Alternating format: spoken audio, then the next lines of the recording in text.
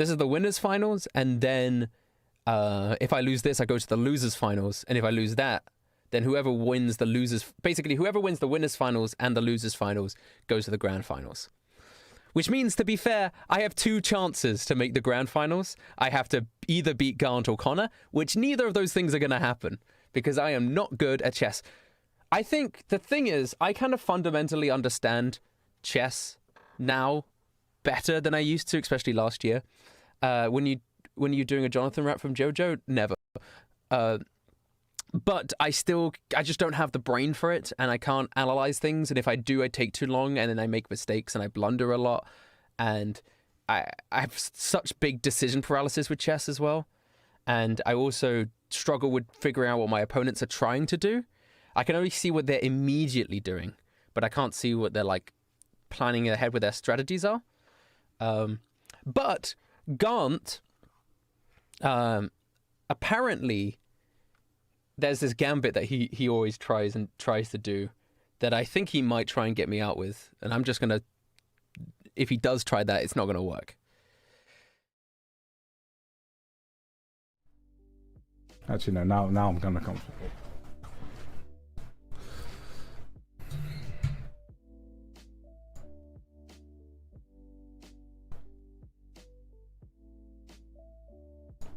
If I need time.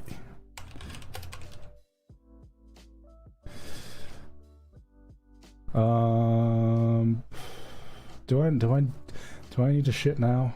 No, I'll go after the game.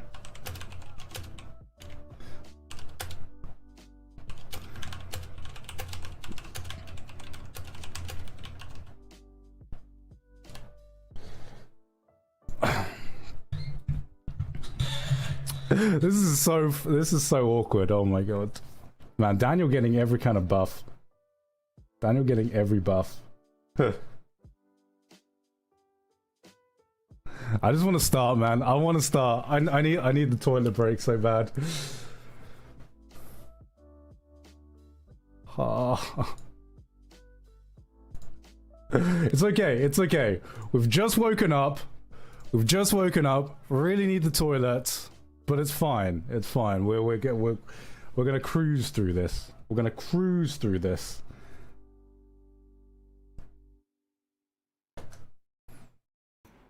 Gigguk saying he is gonna cruise through this, but I don't know. He's already giving himself some reasons to doubt how this is gonna go. He's gotta go to the bathroom.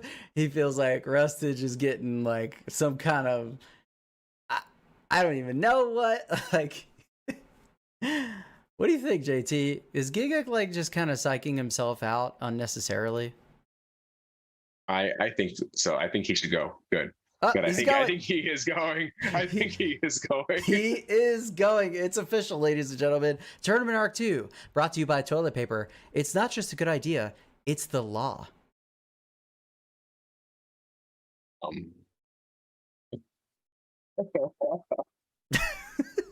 Was I supposed to laugh there? Like, I don't know. Like, you got to give me better cues. JT actually left the call earlier today because I made a really bad joke. But it's okay. We'll just listen to Rustage while we wait, right? My internet went out. Yeah, because sure. It would be rude to leave the call. And yeah. I am ready. I am ready. I'm ready. I don't know what to do as black.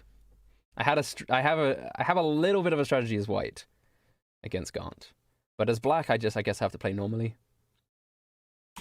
But I know Gant's just woken up, so he feels groggy. But man, am I so tired! I am so tired. I was playing practice game. I didn't win a single one of my practice games. And it wasn't just because the opponents were better than me. They weren't even playing that well. I just kept blundering.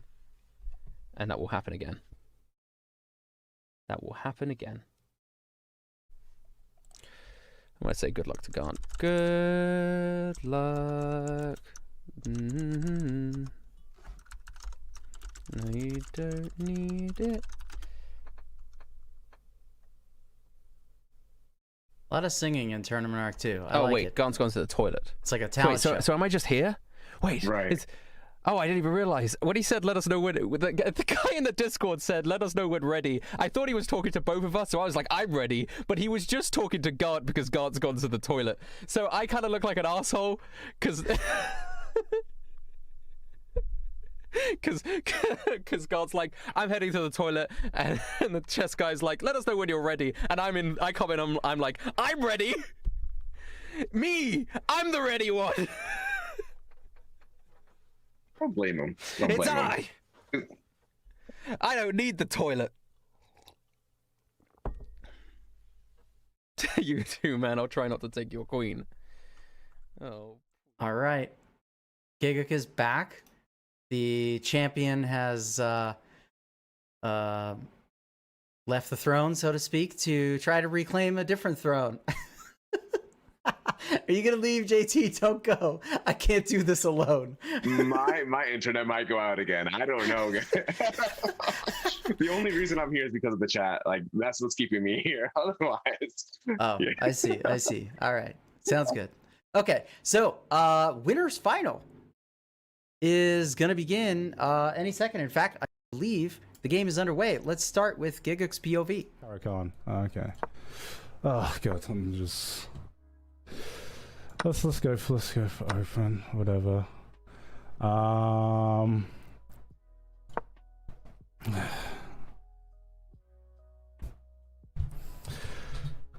I gotta fucking calm down. I gotta like. I've just gotta not throw this.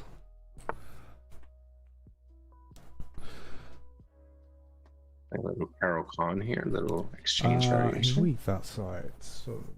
What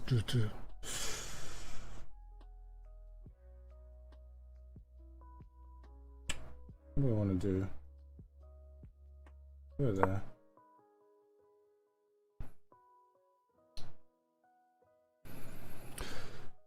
Just usual development for now. Okay, well, he just locked his bishop out, so could be a real nuisance here. Do that. And then next is my move there. Sorry, Rustage. No mercy today.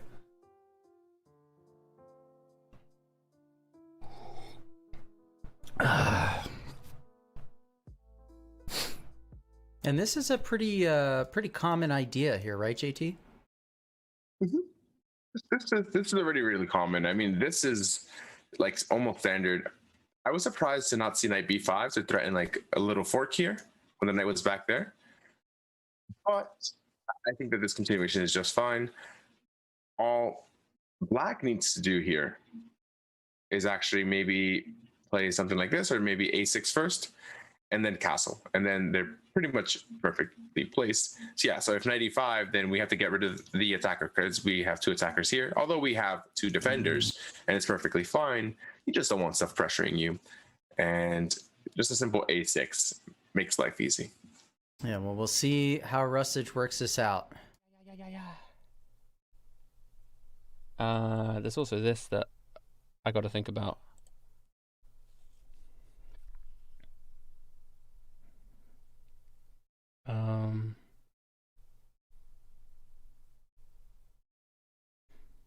The problem is if he takes here with the bishop, I can't take, and so I lose a queen if I'm trying to defend. So I kind of have to put another defender on this.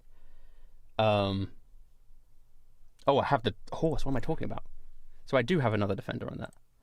I think I might develop as normal. And if he does take, I will just take with the horse. And then if he takes again, I'll take with the queen. If he takes there, I'll just take with the king. And then I'm going to castle. I don't think it's as big as a threat as I'm freaking out about. This is slightly concerning here. Yeah, there's got to be something else for white right now. So white needs to get rid of this knight, right? And I know the chat is like 5,000 rating, right? They're probably twice as good as Magnus, so they've already seen it. But the idea is, if we need to get this knight out, then why not just kick it out and let's get some tempo moves that give us some time, right? So the idea would be to play G4, attacking the bishop, right? And our knight and our queen, they're protecting it, right? So the bishop's going to move, and then we play G5. Wow. And that, unfortunately, wins the piece. Right, because now you've removed the defender of the knight that is currently pinned, and it's a 2-on-1. Yep. And now we have to see if Gigguk starts to eye those pawns as the way to take advantage. Oh, he's playing with it. Is that a viable move? Is it? Too strong. Then what does he do? I don't know if I'm like.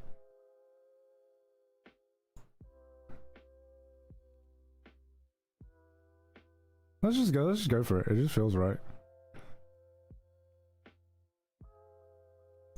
Is he actually finding this? No way. He's Oh no, he this. can take back. Oh shit, no, no. He takes back, and I take, and he can't castle.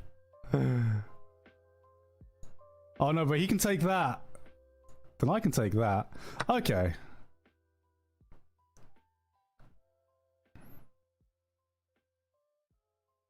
Yeah, that's a move, right? That's a move. And he can't take back. Okay, I didn't fully calculate that, but worked out anyway. So great. When we said he's a genius, ladies and gentlemen, it's because he is. I mean, hey, when it works out, and it worked out. So, good chess. Yeah. I have a saying. You know, when you're right, and this time he's actually right. So it's super surprising to find him, for him to find that move. Like G4 in that position, it's such a hard move to find. It's something out of the ordinary that you're not really expecting, but you're looking through all the options and saying, well, I have to get rid of that knight somehow, right? And I have to play G4, attack the bishop, and then play G5. Yeah, and moves like that are reminiscent of his match with Esam, where they both were just playing such accurate, strong, moves that aren't like the first move you would think, or even the second move you would think, but he's good at following that saying, like, you find a good move, look for a better one. And we see that over and over again with Gigguk. He finds a good move, but then he takes that moment to just wait, spend that little extra time, and then find the killer move. Right. I would love to see what Rustage is saying, because he must be just overthinking right now. Yeah, but Castle to get out of the way. Just slow down. Is so good at the game that I got trapped by that. That was just me being bad. And I think that's you're going to see throughout this. Oh, it's so disappointing.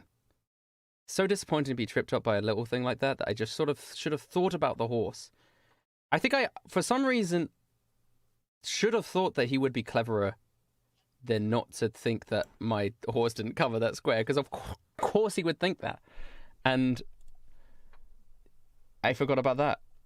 I forgot about the horse. I forgot about the horse movements.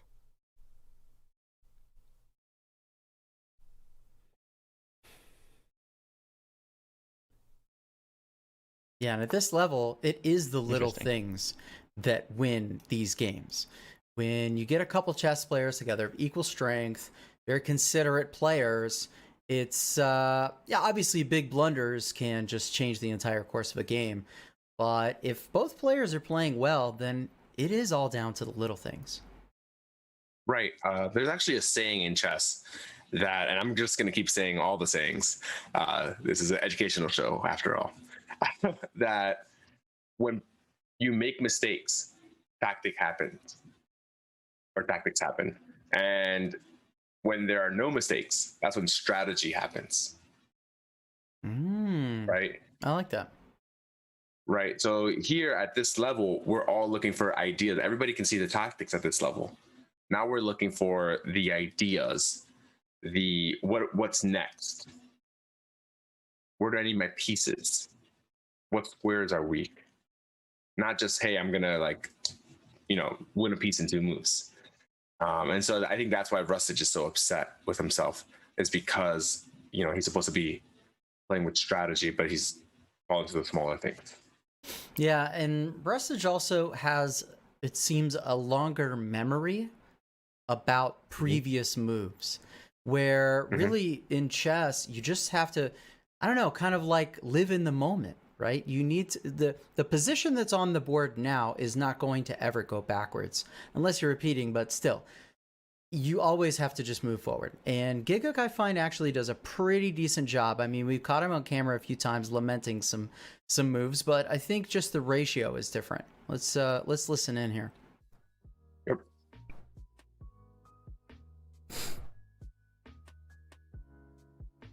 Okay, boom, boom. That's my plan.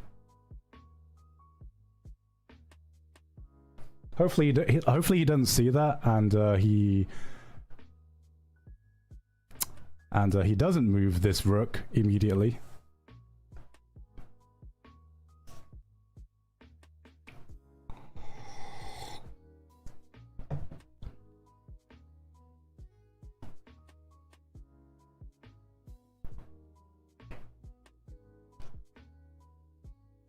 Not so sure about the hopefully he doesn't see component. I mean, yeah, Rustage has made some big blunders in tournament arc history, but he is a strong player despite the occasional bad move per game, right? I haven't seen Rustage really make a serious mistake more than once in any one game. I mean, he might get upset about it, but he gets right back into it. I think that's the thing that is a trait Rustage has more than any other competitor in this tournament, or even last year, is as upset as he might get about making a mistake, he is so good at just collecting himself and getting right back into things and continuing to fight. I remember that there was a match that he played before Tournament Rock, and he was down a lot and just checkmated. And I was just like, I'm proud of you.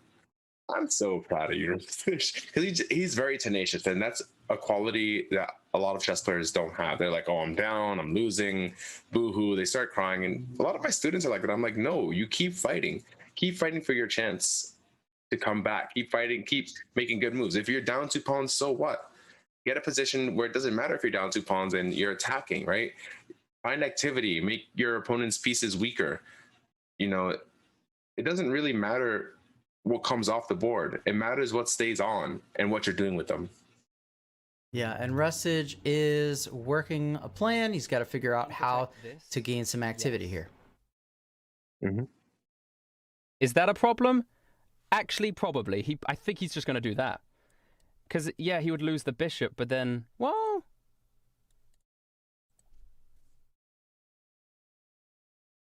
then he would get my rook, right?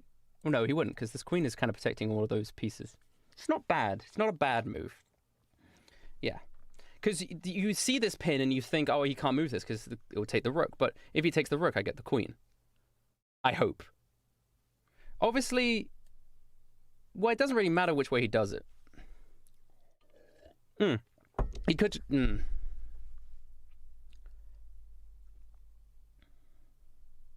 I can't believe I made that inaccurate, that mistake. Blunder, just blunder early game.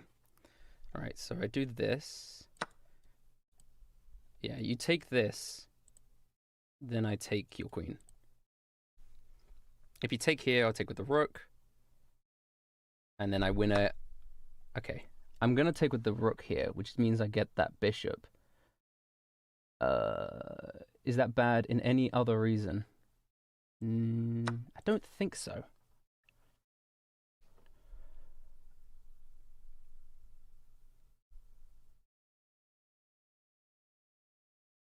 So what was that? Rustage playing really well here, and pawn breaks are scary, right? Because unlike pieces, right, the rook, the bishop, the knight, the queen, the king, they can all return to squares that they've been to.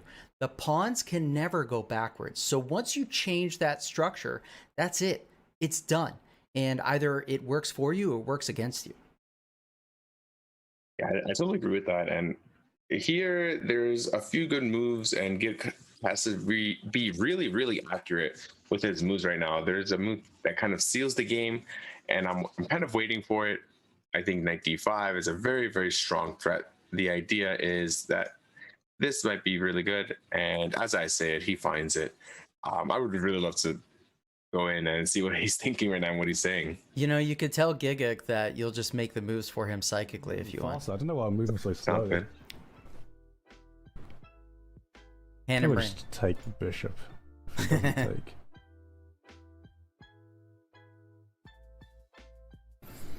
Oh, I'm not playing my best game today.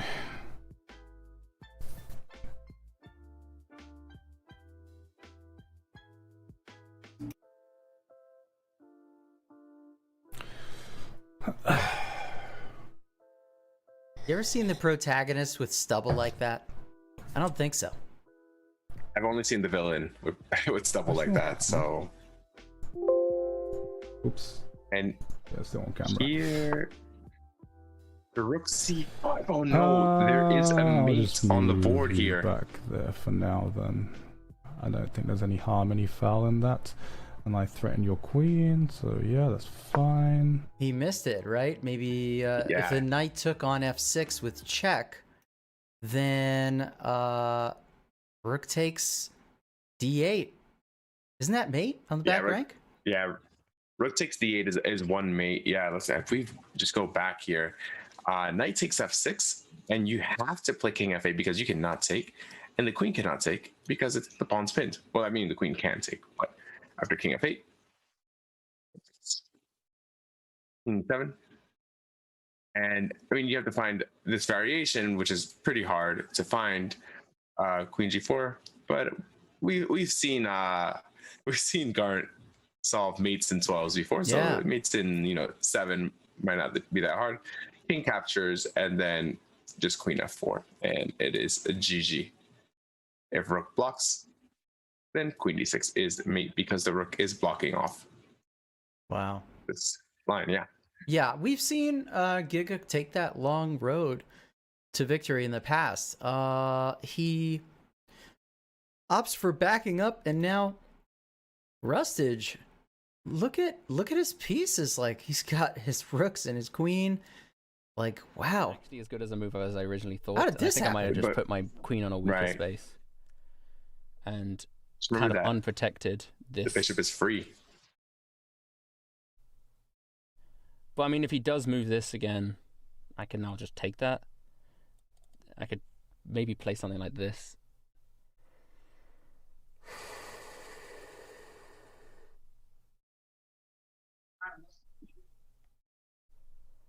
Though to be fair,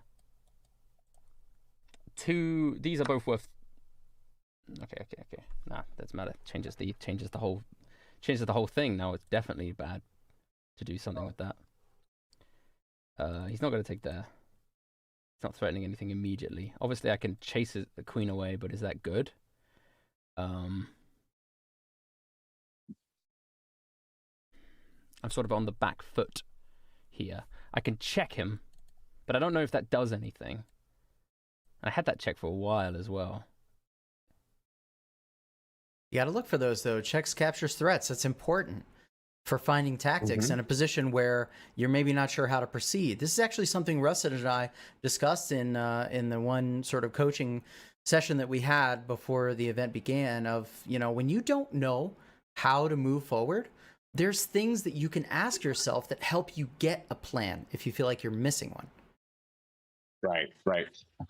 And here, bishop g5 actually fails. I mean, there's a lot of moves that counter, but just rook takes because of the back rank checkmate, right? And the idea is that the queen is only defending d8, right? So the queen would come back and GG. Yeah, that's actually a really scary situation. I think Rustage maybe only noticed that the queen supports the bishop from being captured, but it could be a lot worse. Oh yeah, I really want to see what Garnt's thinking here because it's tough. What is he thinking about on his opponent's turn? there. No, that's hanging. Okay, now it's not hanging. It is. Oh! Oh! No, I could have prevented the backward checkmate by just moving a pawn up. And now I've...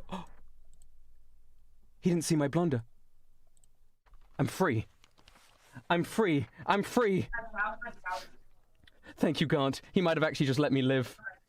He might have let me live for another day. I'm gonna have to move this back here. Oh, shit. See, this is good too, because...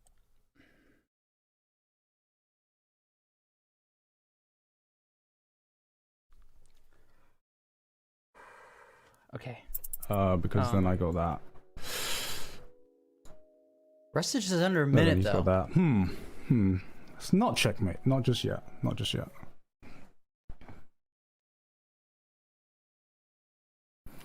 Either way, if he takes, I'll take back. 2 minutes 39. Oh, we're just in the fucking blitz game now, aren't we?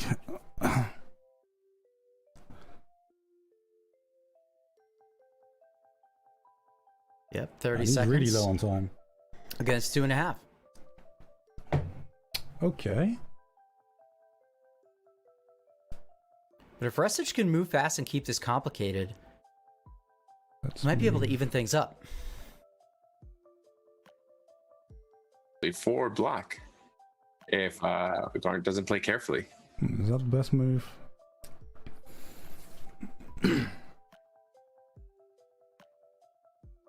Bishop. Looks like Rustage is thinking about defensive moves. Because if he moves down here now, I take that. And obviously, even he takes the rook. It's a rook trade, but at least it's not a mate. If he does this, I'm not going to do that, even though that seems like the appropriate thing to do, because then that is also just a mate. He does that. Obviously, I can't take there, now it's threatening this. Oh, but there's a nice little combo here. But no, I think the better option is to threaten the queen. Right. There was a this. nice little combo. And I'm running out of time, so I Rustage can't misses it. be too long on these moves. It's under 20 seconds. Even here, it's pretty tough to find a move for white. I can't believe he missed my blunder. I mean, that's good. I think that means in the second game, I kind of allowed a free blunder. Interesting, Oh, no. interesting. That'd be a queen trade. I don't mind a queen trade. I won't think about a queen trade. I don't have enough time. I do not have enough time, man. I don't have enough time. That's a nice little trade offer.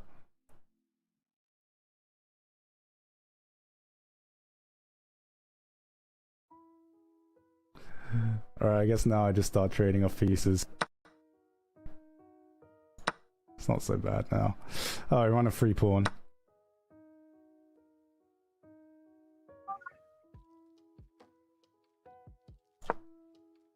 Rustage under 10 seconds. God, my pawn structure is awful. Ugh! Look at that pawn structure. Is literally playing on increment here. I really am low on time and it's stressing me out.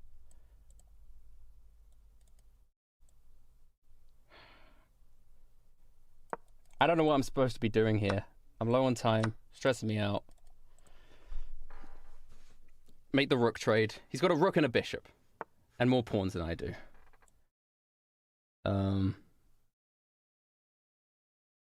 He's also going to do that. Rustage I don't know living around why I the 10 didn't do second anything to mark. prevent that.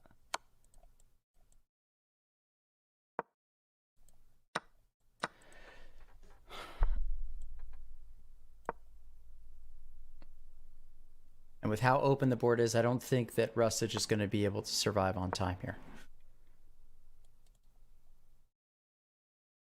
Yeah, this is going to be really, really tough. I think that we have a Just got to take there. clear path to victory.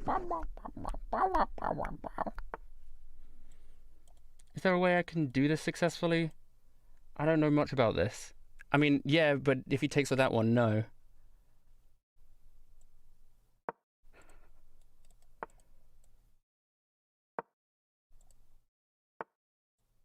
Giga queening here. That's Unless he just a wants a mate, bishop. isn't it? In If true I tournament go artifacts. here, he's going to turn that into a queen, and it's a mate. Or right? a knight. Fascinating if you find a way to keep it a pawn. I maybe should have started moving that earlier, huh? There's promoting to a queen. There's Take under it. promotion. You can But have what your about mate. cloning? I was going to time out, but you can have your mate. Take your mate. I'd rather he win with a checkmate than with me timing out. That was a really weird game. That was a super weird game. I did not play well at all that game. I feel like I just kind of breezed through that game. 5 blunders. Wow. Listen to Gigguk. He won, but he's kind of concerned. Like, man, I did not play my best chess. And I have to agree. I think this game actually, Gigguk kind of did not just miss opportunities, but almost lost some material too. Yeah, there was an opportunity actually for Rustage to come back in that game and actually be equal, believe it or not. So missing some combos and missing some tactics. So, oh man, I can't wait for the next game because that's really going to decide what we see. Because if Rustage wins this one, it goes, I'm always rooting for the Blitz playoff, the stalemate, the draw, the tie. But it's up to Rustage to deliver. I do. So, I want it. I want tie breaks. I want tie breaks in every match between all the way through to the finish. I want to see 4, 5, 6 games per matchup. But anyways, we will take only 3 minutes or so break. The players will get 5 minutes, and we will be back with game 2. Rustage, if he wins this game, can tie it up, and we can see a game 3. Stick around and find out. Yeah. All pretty standard stuff. Oh yeah, I could have taken. I remember saying to myself I wanted to take that bishop. Oh, was it mate? Oh yeah, because he couldn't take with that. Oh god, God, how the fuck did I miss that? Oh god, that was dumb. That was dumb of me. Yeah, I completely blanked that I had my rook there for a reason. I am not playing well at all. I am not playing. I didn't say. I forgot that the rook had an open file. That's the entire reason I put the rook there, and I didn't do anything with it. I'm an actual monkey. God, I could have ended that so much earlier. I'm pretty sure I must have. Yeah, it was mate as well. It was goddamn mate. I'm an actual monkey. What am I doing? What am I doing with my life? Yeah. Bam, bam. Weaving bam, bam, bam, bam. Mate, right? Yeah, that's mate. I'm an actual monkey. Gosh. Instead, I go for that. Miss that.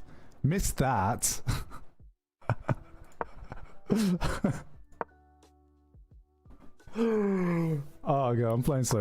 Okay, this was an absolute clown fiesta. Oh my god, absolute clown fiesta. Holy crap. Oh my god, I need to wake the fuck up. I need to wake the fuck up, Samurai. Alright, I'm going to the toilet. It's because I need a shit, that's right.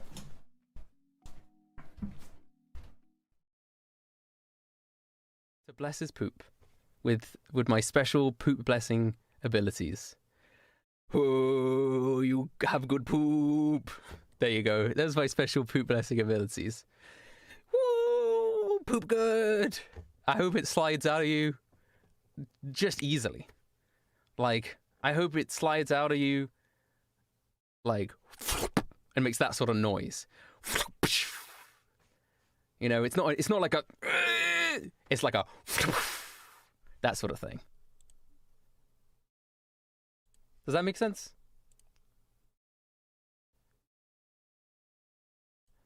He is on the toilet right now. Okay. Well then, Gant, I'm wishing you the best toilet time. Obviously you can't hear me, but like pretend like whilst. Okay, Gant, listen to me. I know you're on the toilet right now. You're sitting there. Imagine my little spirit like over your body, going like, "You can do it. Have a good poop. Have a good poop. Woo woo woo woo poop poop boy. You're a good poop boy. You're really good at doing the poop poop boy things. Good poop boy." And I hope that motivates you to be a good poop boy.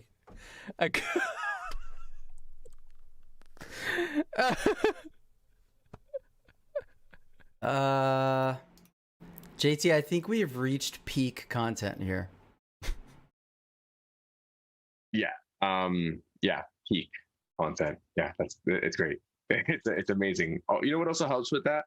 Fiber. Fiber's great for you. Oh, how the chess world has grown.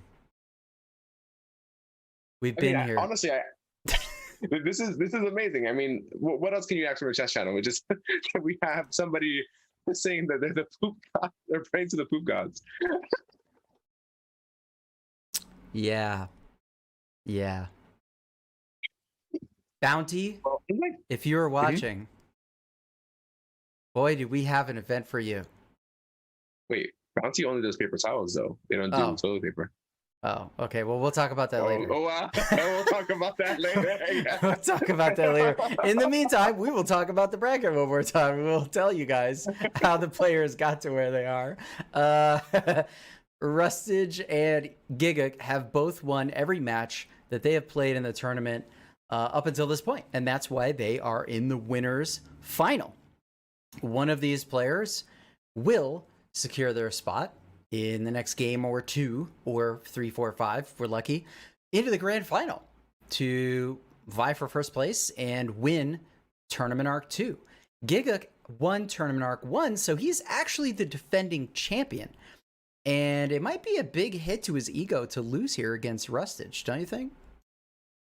Yeah, I definitely think so, because he said he's just going to breeze through this match. And honestly, that was not a breeze. Like, he made a mistake and made another mistake. There were a few times that he made mistakes, and I was just like, oh no, this might be more, equal than he first thought. And he has some stubble. That means he might be changing into the antagonist, from protagonist to antagonist, the hero that you thought was a hero.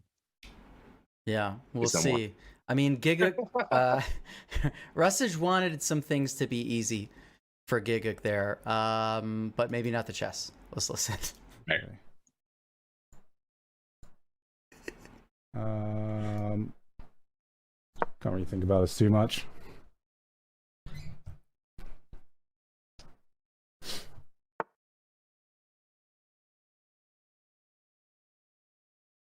Oh, okay, it's in the London system. Okay. Something we've come to expect from our Brit competitor. Yeah. I mean, the London system is extremely solid. What the hell did happen to my about it, and you can actually play the London dynamically. A lot of people don't know that, but the London can be extremely dynamic. And if you know some ideas, then it can actually get tactical. Okay. So Well, very, very interesting. so far, everything pretty typical. But I think obviously both these players, we're going to expect fireworks. I wonder if Gigguk is going to play this second game more reserved and say, like, look, you have to keep yourself in this. I can survive a game or two. Whereas he could go the other way and you'd be like, you know what? Let me keep the momentum of defeating him in game 1 and go after him right away. I wonder which it's going to be. In the meantime, Rustage is taking a lot of time for a system opening. Threatening here. that. And he moves the rook here. And I put my my guy there. Threatening the king. Oh no, because he just won't take it, just move the king, and then I'm fucked. Okay, never mind. Sorry, I spent like 58 seconds talking about a strategy that I'm not going to do, and I should have just made my move first and then talk about that strategy. Facts. Oh well. So he's trying to I take guess I your just job, play or their he's London trying to educate first. Yeah, I'm out of here. Not needed. Three commentators going to be me and Rustage. Take care. All right. Not that I thought I was necessary to begin with, honestly. I guess I just no. London play. That makes me feel bad. I guess I'd just be a London boy. That's where I'm from, by the way, guys. I'm a London boy. I live in London. Interesting. What an interesting yeah, role play. He's now trying to threaten that. And he's trying to do a similar thing to me. And obviously... Oh, no, that was a misclick! That was a misclick! I was trying to click on the other piece! That was a misclick! That was a misclick! You saw I was just trying to click on the other piece! I misclicked the piece! Rustage! I actually think I might just resign. I think that would be... I think that's just... To just misclick so early on in the game. I was just trying to... I didn't even realize that I had clicked the click. It doesn't matter now. It doesn't matter. It just doesn't matter. This game doesn't even matter anymore. Because I'm just going to win now. There's literally no point in playing this. Because it's just going to be a boring game for everyone. Because I misclicked Rustage, thank you, Rustage, thank you. I was going to say, the one thing I hope doesn't happen this game is Rustage presents his queen to me on a platter. Oh my god. Oh. Well, that's Tournament Arc 2, everybody. Thank you for watching. We'll see you next season. Wow. I mean, it just keeps happening. How? Like, that's a queen every single match. Literally a queen every single match. Yeah. Maybe he's going for a highlight reel. The best queen blunders of 2021. That could be it. Maybe he's looking for a collab with the Botez sisters. I think that has to happen now. I think the fans are going to demand it. Right. They are going to demand it. Oh my gosh. Well, poor we know Rustage. that Twitter's going to go crazy about this as well because there's so many. Ouch. Yo, Twitter, your fan art is amazing. By the way, like your fan art was pog. Like I loved it. I loved every single thing. And so we should. Okay, can we suggest like, can you guys make a highlight reel of his blunders? I'm sorry, Russ. I love you. Yeah. But you know what? Hey, I talked about this earlier and it came true. Rustage went from saying, I'm just going to resign this match is over, to calming himself down and continuing to play despite that. And in other matches, he not only recovered from that, but he won that match. Who was that against? I think that was against Tectone, where he lost the queen, but then still won that game and the match. So... Yes. And Rustage is continuing to show just how resilient he is in the face of just the heartache of making a mistake like that. And Gigguk was not happy about it in terms of the quality of the match, but that's not going to stop him either from just playing it through and seeing it to the end. Oh man, I feel so bad for Rustage. He played all right last game. He played all right last game. Feels bad to have to do this. I really hope he didn't cry or anything like that. Oh no. Oh, Rustage. Rustage, I'm so sorry, man. I'm so sorry. Well, it would be bad of me if I didn't take the free queen.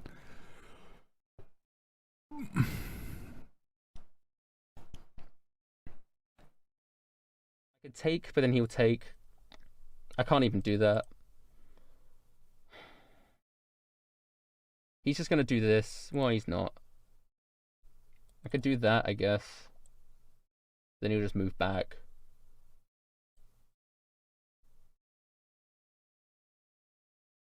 What's even the point?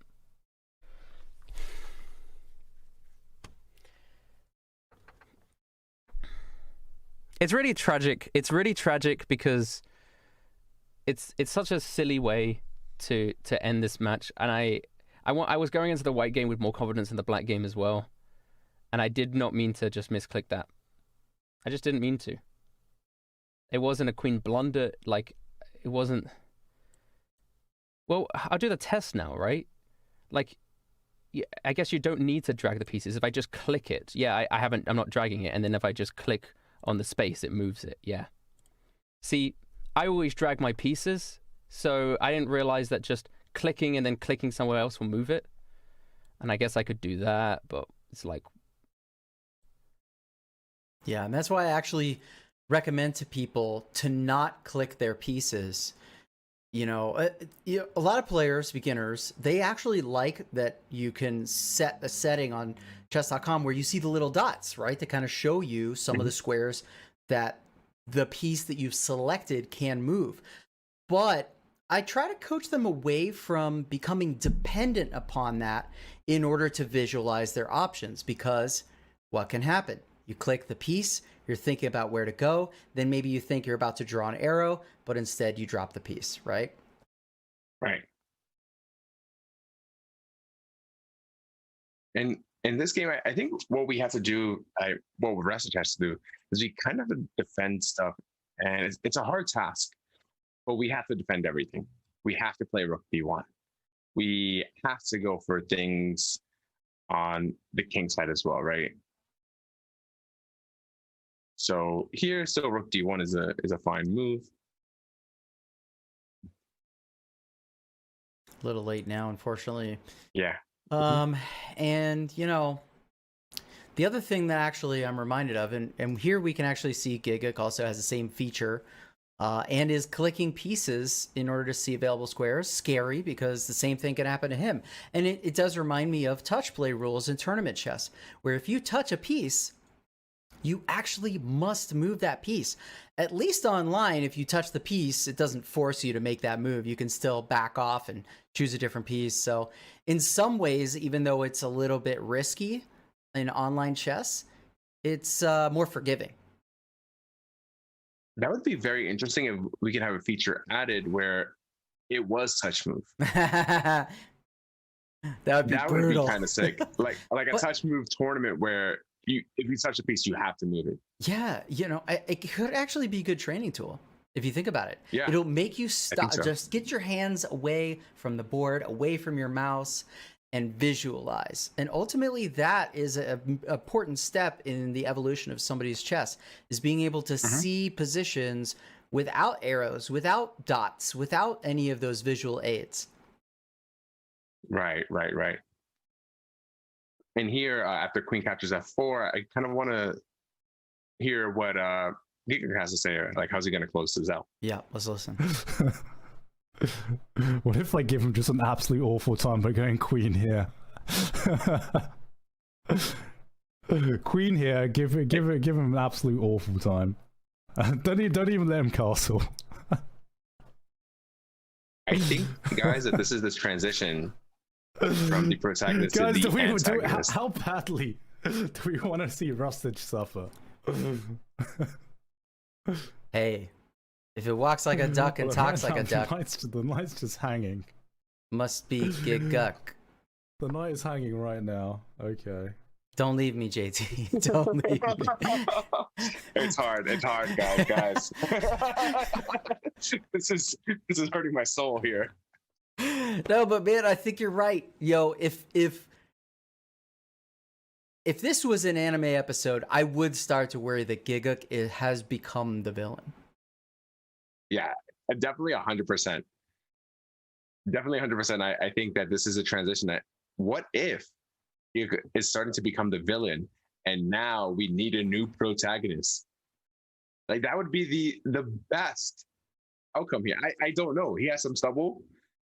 You know, he has the hair for the villain. The villain usually has to look pretty cool. So it's all the pieces are fitting together. Yeah, and here, the queen check is pretty nice. It's very strong. Rather than moving the queen, would you just block with the bishop in order to avoid a rook check? If you say move over the d file. But look at this.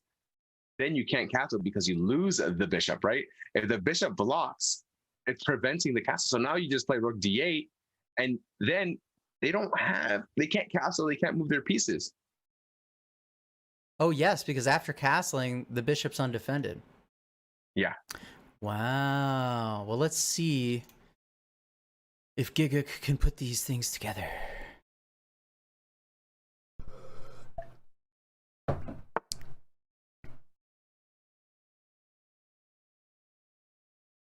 I can just go boom, boom.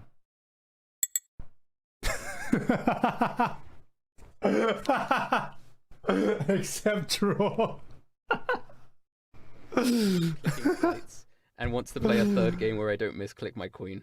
Do I want to accept a draw? He hasn't declined it straight away. Should I accept a draw? Do it. Oh my, please accept the draw. That would be insane. I want to see a nice game. I want to see a nice game. He hasn't declined it. He declined it. Let's continue Of the course he slaughter. did. Of course he declined it. No. Yeah, I'm just going to lose the rook. Had I so been in can't that take position, I would have took it. the Hey, I mean, that's castle. a tactic of a sort. Maybe I should have done that earlier. And then he's going to pincer these two things. Yeah.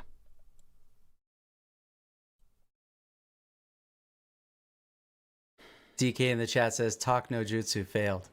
Is it in bad spirit for me to resign? Man, that's rough. Look at that double attack. I mean, and Rustage rightly says, is it wrong at this point to just resign? You know, honestly, if he did, I would understand it, and I wouldn't hold it against him here, because this is tough. It's hit after hit. And Rustage knows that this is not the end of the road for him. He will drop down and play in another final. He'll play in the redemption final against the winner of Esam versus CDawg. So it's not over, and he does resign, and that is the match. Oh, he resigns! Oh no! Oh no, he resigned! I just think I can't emotionally handle it. Oh, Rustage, I'm so sorry. Oh no, I should have accepted the draw. Yeah, it's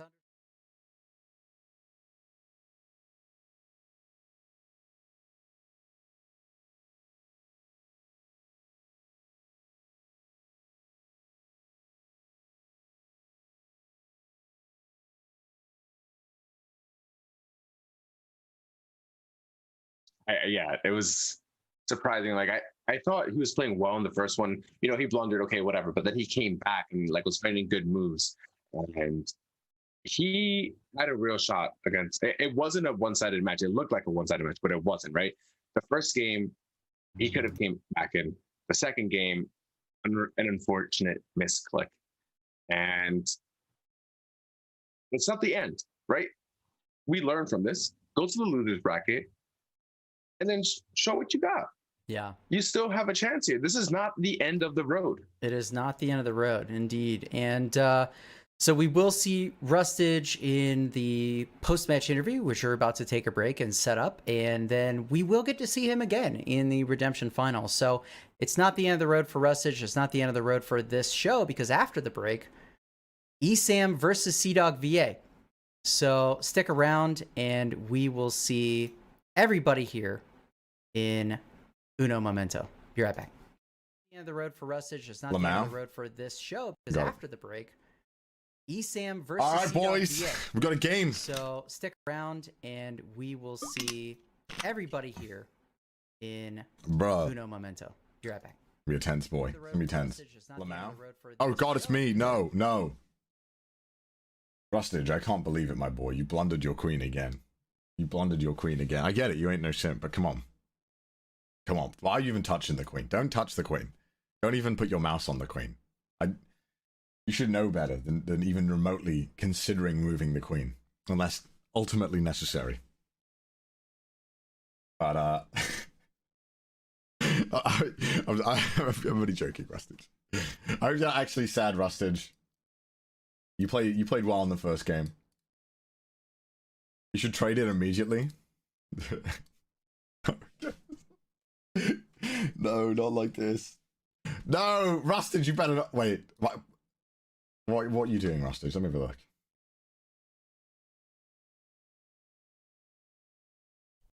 No, Rustage, no! So I can join the interview. No! He looks sad. No! It's chess. It's chess. Don't worry about it. Don't worry about it. Bro, you're making like, what, like, you got a good, like, you got good stuff's going great for you, man. You're like a top-selling rap artist, bro. You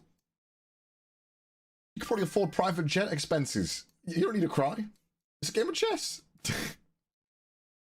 Not like this, no.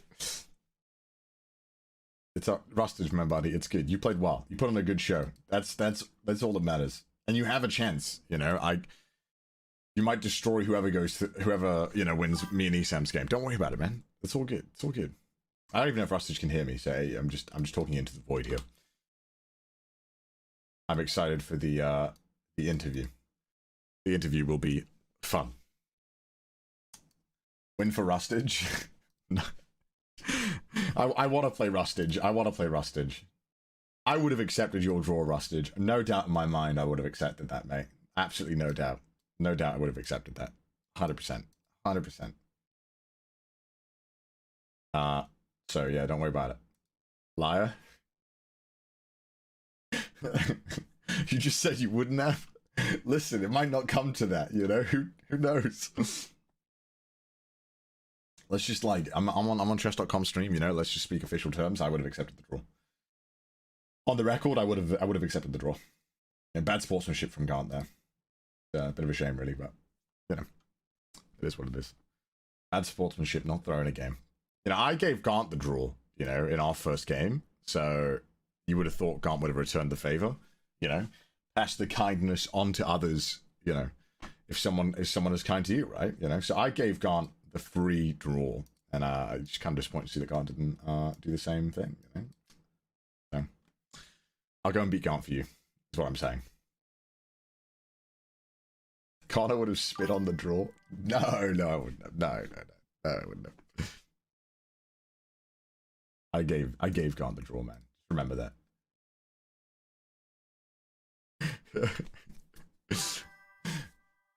Connor, Gant is still the anime protest. I don't know about that. Gant was showing some real villain behavior that game. I don't know. I don't know if we can keep saying that anymore. Laughing upon the draw request? I don't know. Making Rustage cry? Bro, that doesn't sound like sportsmanship to me. Yeah. Gant is starting to feel a lot like Walter White, season 5, you know what I mean? Like, we're starting to feel like, whoa. Like, damn, he really wasted a pizza like that. Just because it had crust on it. Bro, the fuck? I realize I just have no music, so it's kind of weird. I should get the copyright-free Twitch stuff. Wow. Building up the protagonist versus the villain. I'm slightly nervous for my game, I won't lie. It's gonna be an intense game. That's for sure. Let me turn this down. It's gonna be a close one.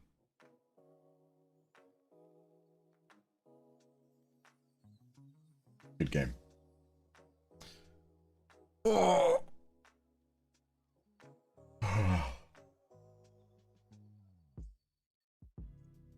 Interview? Oh, has it started? No, it hasn't started yet. Oh my god, that's not scary like that.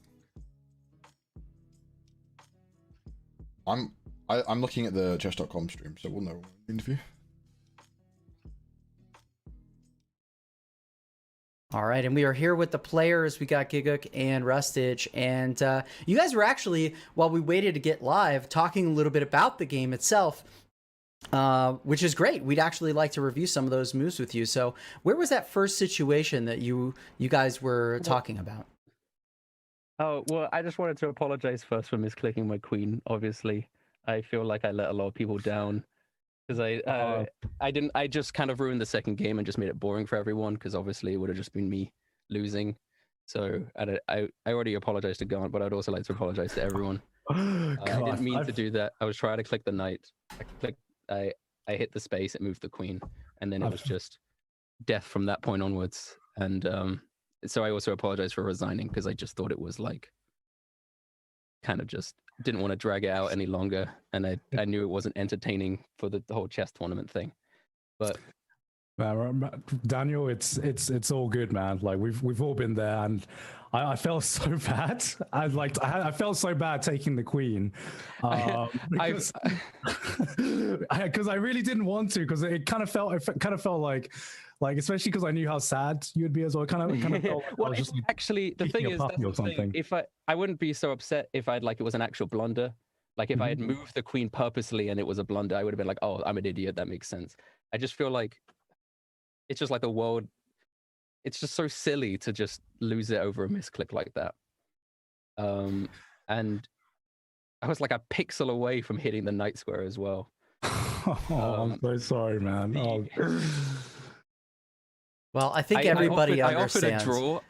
I don't know if it came up on the stream at all, but I offered a draw to Gant halfway through the game because I was like, well, maybe he'll let me have a draw and we could have an actual game next game. Honestly, like I didn't. You took a minute, yeah.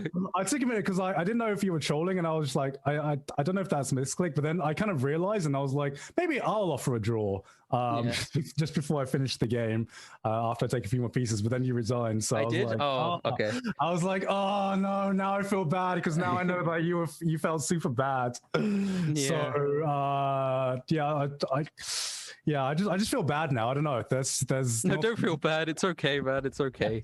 I mean, it is my fault at the end of the day. I should be more careful with where I'm clicking, and I just wanted it to be a more even and nicer match. And I had some cool ideas going into it, and because I felt you played pretty well in the first game. You played like really well in the first game, in fact. Because I made a couple of like really small mistakes, especially near the beginning. But and there was one blunder that you made apparently that I didn't capitalize on either. I definitely made quite a few blunders in the first game. I wasn't playing my best chess at all. And you definitely had a chance to put a lot of pressure on me. Yeah, JT, did you want to pull up one of those moments? Sure. I mean, there are a lot of great moments in this game, but I think the first defining moment was the position that I have on screen right now, where you played bishop to e7 here. And this allows a very weird tactic, because after here you took with bishop captures to g4, and the queen and the knight are both protecting it. But when the bishop moves back, the better idea is just to play g5, and now this knight is going to lose a defender, which means that we can now win the piece. Yeah. Right. So that was one of the defining moments. And then the trap. Actually, so there's another. Later in this game, so let me just go ahead and refresh it. Later in this game on move 20, I believe, on move 20, you played a really, after rook f8, rook d5, you had this really nice recapture right here on bishop captures c3, because this doesn't have a defender, this doesn't have a defender, right? So this would have evened the game out. Just like one small move would have evened the game out, because now this doesn't have a defender anymore, or it has one less defender. And let's say rook capture c5. Yeah, that was definitely that was the move that I was looking at, that I was like, I could have done that. But I also feel like even though I could have done that, I don't know if my brain would have been big enough to like compute it. Yeah, those moves are hard to see for both players, right? Because for Gigguk, right, it's easy to think, well, that knight's not going anywhere, right? So my rook continues to be defended. And for Rustage, obviously, it feels like a sacrifice to take a move like that first, to then remove the defender and take the advantage. So I would say that, for both of you, all these games were well played despite the result. Yeah. You guys were talking about it. I think especially in that first game, we kind of ran out of time during the end. Oh yeah, I mean the last few moves I definitely messed up on, because I was making moves quickly because I was running out of time. Yeah. And I almost just lost on time, but I wanted him to at least get the checkmate on me. It felt like it would be he wouldn't like it if he just won on time. So. Here's another trap here. I think this is one that. Yeah, this is the one that the idea that I had going into the match when I was analyzing Gant's games, because I know he's a better player than me. So I thought, well, if he plays openings in the same sort of way, how can I capitalize on that? And every time every time I saw him play against the London after d4 and then f4 with the bishop, he always played c6 with the knight, and like he had 20 games, and in all 20 games he did that. And then we thought that if I move my knight here, anytime that's happened before, he would also always move his other knight to f6. So in that situation that you are now, then I would move my knight to b5. And let's say after a weird move like this, right? Then knight b5. It wouldn't even. Yeah, no. In this situation, my e pawn wouldn't have even been moved up, actually. But this is beforehand. This is like I didn't actually get to do this because he didn't make the move that I thought he was. But yeah, in this situation, I move my my knight up to b5, right, and then I'm threatening the pawn on c7, and Gantz only ever played against that specific situation once, and he moved the rook to b8, and if he were to do that, I would just take it with the bishop, and then I'm threatening both the queen and the rook, and the only thing he can really do there is move the queen down to d7, and then I would take the rook, and then I pretty much. Then he would take back, and then I would take the pawn on a7 with my knight, and then that would threaten the bishop. And I was like, I was kind of confident, even though that seems like Christmas dreamland that would happen. When I was looking at his games, this would only happen if he did a certain set of moves that he had done every single time he had been given this position. But then today he just decided to do something completely different. I was like, oh fuck it, I guess I can't do that anymore. You probably have better prep than some national masters. It's the only thing I have, because I know I'm not naturally good at chess. Like, chess breaks my brain, and the situations that I'm bad in are the ones you could see in the second game where I started losing and I just didn't really know what to do with myself. I need to like prepare a lot so that I have some sort of a chance. Like when I played against Tectone, I only did so well in like that first game, even though I kind of messed up, because I prepared specifically against his hippo strategy, and I came up with a counter towards that hippo strategy, and I practiced that counter towards that hippo strategy and stuff like that. But yeah, in this, I mean, I blundered my queen, and yeah, I would say like I don't know how I would prep against me, because sometimes even I don't know what I'm doing. So it's hard to prep against someone who sometimes just like goes like, oh, this kind of just this move just kind of feels right for the time, and I'll do it. I don't know why I chose to move that night out instead of like every other match. I guess it was just because I'd woken up, so I was like, I feels like I move a knight here. I can't remember which one I normally move out, so that's probably what happens against. I mean, there's a chance, and then I just had to play London normally. Yeah. Well, speaking of prep, I actually wanted to ask you, Gigguk, it's going to be difficult for you to prepare, because now that you're moving on to the grand final, you won't actually know who you're going to face until halfway through tomorrow's broadcast. And then it's going to be either Rustage or the winner of Esam versus CDawg. I was like, you don't know who you're going to face tomorrow. You're going to face Connor tomorrow. No, definitely. Okay. No. I know we've built up for my rival to be Connor and everything like that, but now I want you to progress, man. Come on. Now, it's all like, I think now like the biggest redemption arc person the biggest person who can have a redemption arc now is just you, Rustage. Come on. Now we need a rematch. No, I think the thing, I will try my best to make my match against Connor like at least good, because last time I played against him, I did blunder my queen. This time I will try and not to blunder my queen against him and have like a nice good match. I won't win, but like I've come to terms with that. I like how Rustage has just basically made it a foregone conclusion that Esam will lose. Oh, true. That's fair. That's a good point. Yeah. Actually, yeah. Good luck beating Esam in the grand finals. Connor didn't include me in his title again, so there's no way I'm rooting for him anymore in anything.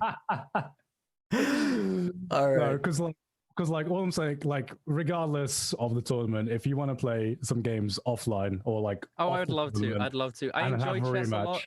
I yeah. enjoy chess a lot, and it's good because I know it's something that like I struggle a lot with, and I mean I put a lot of time into it. I just and I really do want to get better at it. Yeah. I just know that it's difficult for me. Because you've played some really good games, and I've seen you play some really good games against other opponents in just not this tournament, but tournament Arc 1 as well. So if you ever want to play off, like no pressure outside the tournament, no pressure about, you know, we can just, if you blunder, if you misclick, we can just restart the game. Just restart. That would be a lot of fun. No pressure, then just hit me up anytime, man. Yeah, thank you. All right. Well, awesome match, guys, and we will let you go so that you can prepare for tomorrow's matches. Good luck. Of course. All right. Thank you very much. Have a great one, guys. And there you go. That's the players, and we are going to see both of them tomorrow. We will see Rustage competing in the Redemption Final against whoever wins this next match between Esam and CDawgVA, and then immediately following that, we only have one day. So that person, whoever wins the Redemption Final that morning, is going to have to play a second match immediately with only about a 10-minute break. And then they're going to have to play Gigguk, who has to lose 2 times, which means that they have to beat Gigguk twice. They have to play 2 best of 3 and beat him both times. Gigguk only has to win once, and then it's all over. So this is going to be a serious uphill battle for any of these 3 players.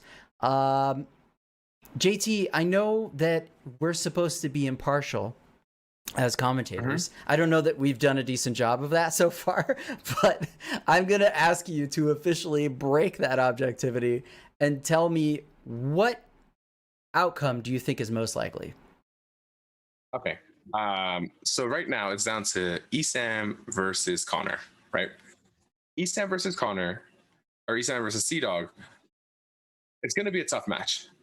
I think I'm slightly leaning to Connor if Esam plays the same way that he played against Tectone, right?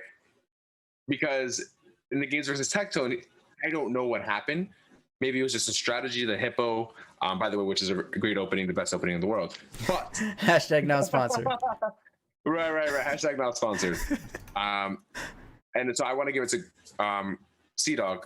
And if Esam played the same way that he played against Gart in the first match, so I want to see Connor take it. I honestly was like, this is the timeline. This is the arc that I kind of want to see. I want to see him progress. I want to see him go all the way. You know, them facing up in the first match and him losing set him up to have more matches and have more screen time. And he's been doing a great job of that. He's been winning all of his stuff, and all the contestants have been playing extremely well. But I do want to see CDawg make it all the way to grand finals. And go ahead. Yeah, I mean, the redemption arc is definitely still alive, and that is a major storyline that I know a lot of the viewers want to see the resolution of. They didn't quite get that with the first match between Gigguk and CDawg, but it's still on the table. And of course, Esam, I still consider to be one of the strongest competitors. Definitely somebody who can hold his own against Connor. And yeah, I mean, I still think this can go either way. I think this is anybody's match, and it may be the most tense match of the entire tournament. And honestly, I think Esam is one of the top seed in this tournament. So good luck to Esam. I mean, just play your best chess. This is not the time to be scared. Just focus on playing your best chess, and good luck to everyone, no matter what the outcome is. And I'm rooting for everyone. We wish them both luck, and we will be back in just a couple minutes. And when we do, probably one of the most intense matches of tournament arc history is about to take place. Yeah, this is going to be crazy, guys. It's going to be insane. And yeah, we'll see you then. We'll see you in a sec. But also, your Switch has to be like an older Switch.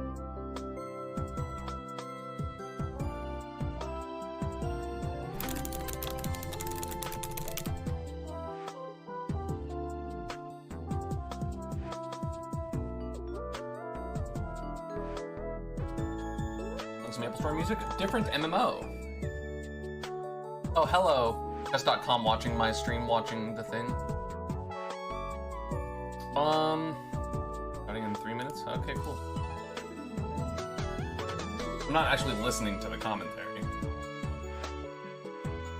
It's looping. Hi, Chess.com. Welcome everyone to the last match of the day. Esam versus CDawg. CDawg, of course, probably the fan favorite. People want to see his tournament run, hopefully ending with a rematch against Gigguk. Me, a lowly Smash player, hoping to break that trend. Promised me eat a cookie.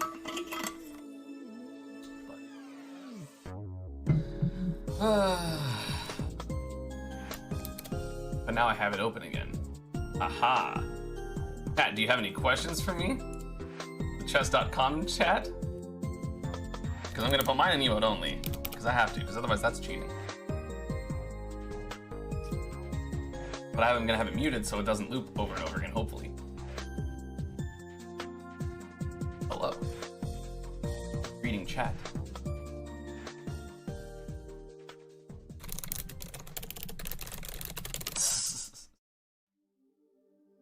Ready for Ultimate Summit?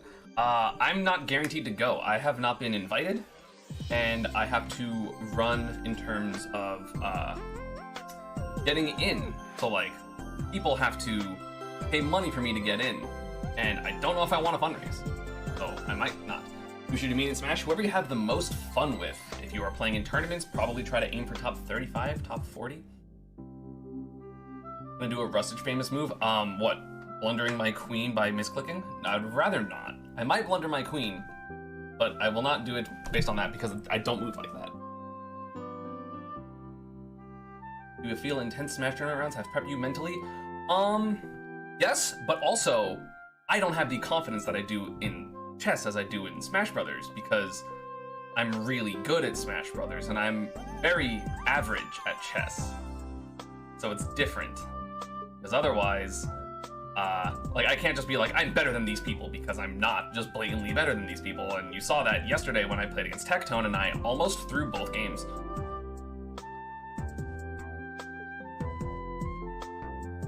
But I mean, it helps a little bit because I'm used to the pressure, but also again, it's very different. Because also, I almost threw both games. Let's get it. Let's get it. Let's get it. But I mean, it helps a little bit because I'm used to the pressure, but also again, it's very different. Because also, oh, it's me now. Hi, Chess.com. I was just listening. I was just spying on the enemy. How's it going, man? Totally. Get a win for the queen. For the queen. what was it? I forgot even what the voice line was. What was it? So you will not touch the queen or something? I can't remember what I said. I don't know. Bruh, I'm more nervous for this game than my game against Gaunt. I didn't really give a shit if I lost to Gaunt in the previous game because I knew that we had to lose a bracket. But this one, if I lose this, my journey's over, you know? My journey's over. Good luck. Good luck.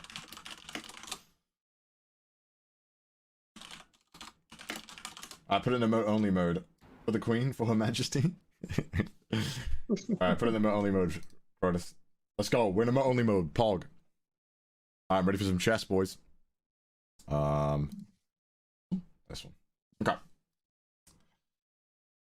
Let's do it. Ready for some chess. We are ready as well. And the chat screaming, do it for the queen. Do you think they're talking about Ollie? Yes, that's exactly who they're talking about. That's exactly who they're talking about. Yeah, she said in their post-match interview that she is rooting for Connor. She wants him to go all the way. And I would say 50% of the chat does, and 50% wants Esam to win. They actually, Esam did a little bit of an Ask Me Anything in our own chat during the break. That was pretty cute. No, yeah, I mean, he's such a good player. He's such a good guy too. Like, Esam's amazing. So I want to see just good chess here, and whoever wins wins. But I just want to see some good chess. Yeah, and I mean, they even asked him. I think the question most on people's minds is, does he feel like his experience as a top level FGC player translates well to chess? And he obviously has a lot to say about that. And I would say, if I was asked, that it definitely has done that, because Esam has come to the tournament like he was like the out of the gate favorite. And maybe instincts have a lot to do with that. But we're about to find out, because the game is going to get underway in just moments. And this match is going to be fire. Who do you want to start with? You want to listen on CDawg? You want to listen on Esam? Let's do Esam. Sounds like a plan.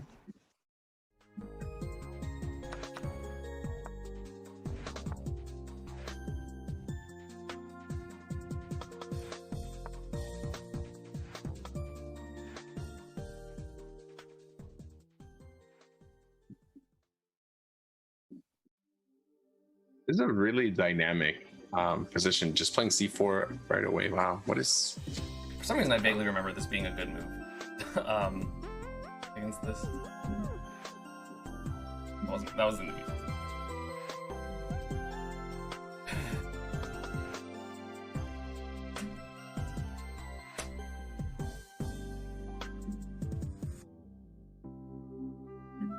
I've dropped so many points today. Literally in my training, I was trying different openings and I just kept losing like really quickly.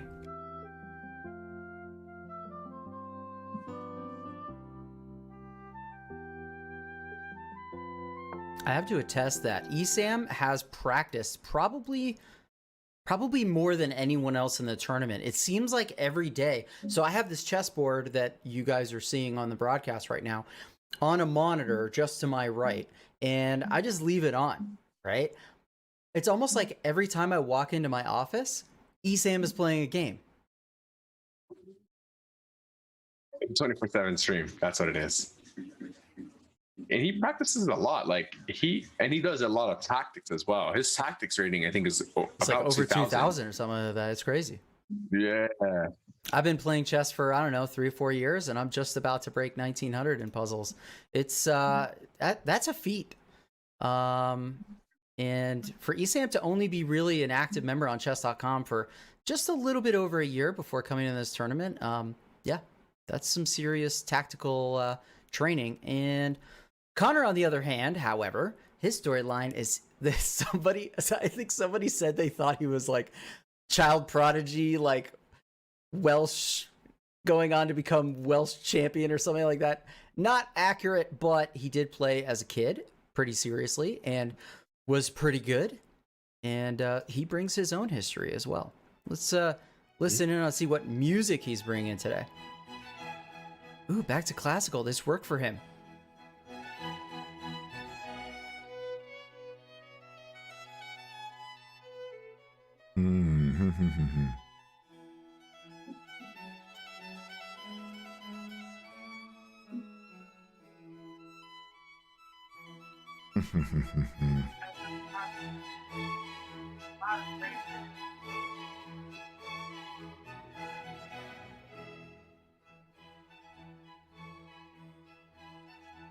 I have a lot of good moves here. Interesting, what's the best one? Gotta be careful about time there as well, so I'm just gonna do this one. I think one of the best moves in the position. Yeah, I mean, he can castle now, which is good for king safety. Nothing really dangerous is happening on the board right now. I think both players may be playing more patiently than they might have with another pairing. And maybe that speaks to like they're afraid of each other potentially. Right. I was just gonna say the same thing. They both have to be wary because this is literally like the final match for both of them, and it decides a lot. Like, do you actually have a chance to go to the grand finals? Not that they're gonna, not counting out Rustage just yet, but do they have a chance? And I think here Connor's playing quite well. We have CDawg playing well, but also Esam is playing well. This knight usually belongs on this square in these kind of positions, and with these pawns here, the knight almost is called to this square. It's a very natural square. One of the plans here is just to take on c4 and have a knight occupy d5, and then once you can get a lot of pieces on d5 because it's a it's an isolated pawn, then we can attack that weakness and try to convert it to an endgame advantage. So that's one of the ideas here.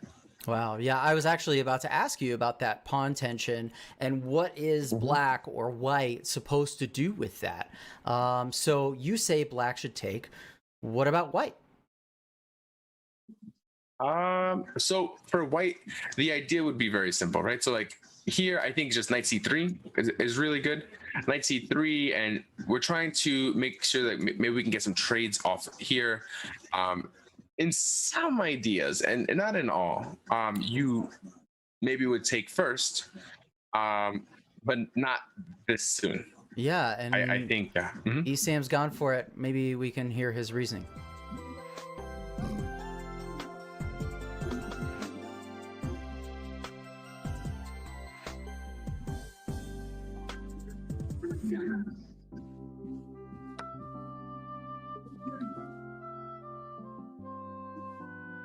Back with the pawn, I think is small inaccuracy here. Now you both have isolated pawns. Whereas taking with the knight maintains your pawn structure.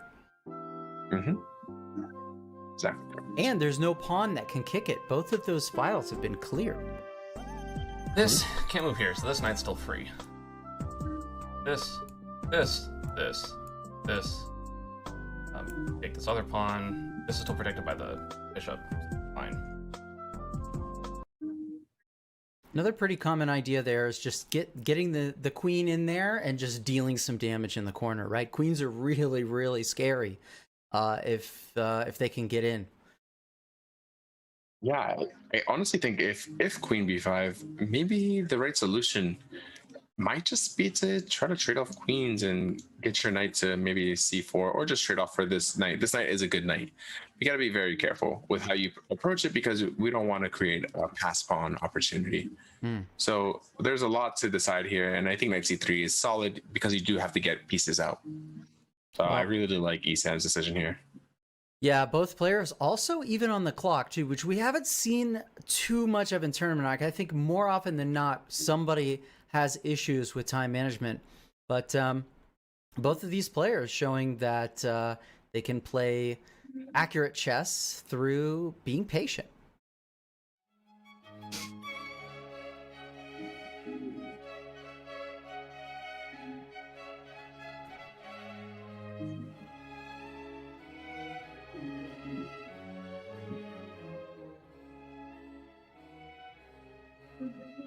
I have a few options here. I could just castle for safety. I can threaten this knight, but I actually quite like my bishop where it is.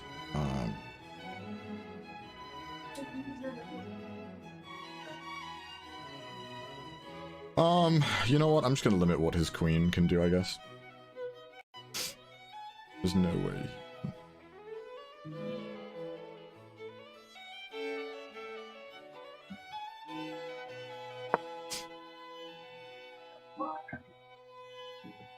I spent too much time on that move. It's just a delicate situation.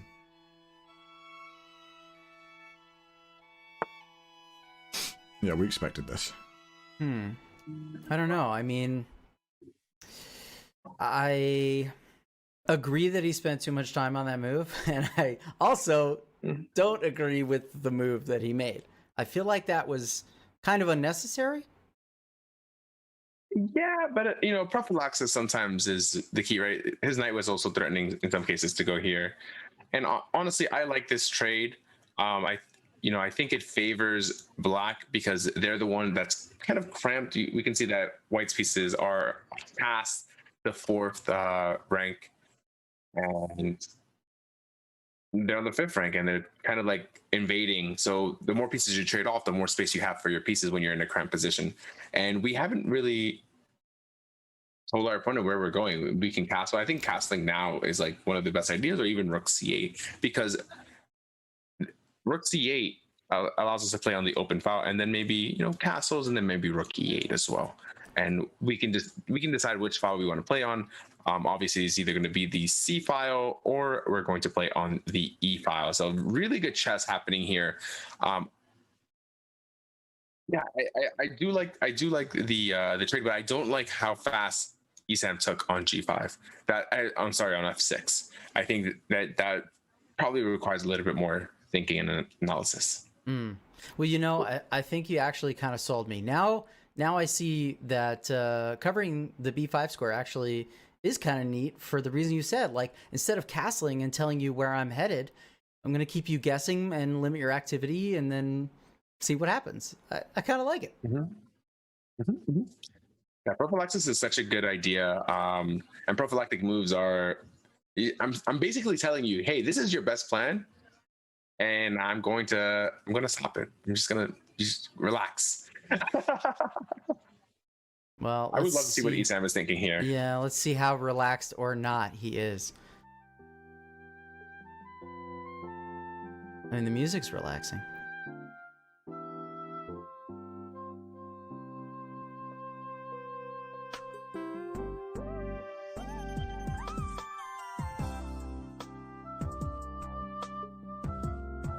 Like, I want to be able to bring this rook here or something. Have the open file or something. I feel like I can maybe like move my knight back, but I feel like it's in a good aggressive square, but also the aggro is not doing anything. I guess I do want to like push it a little more towards side.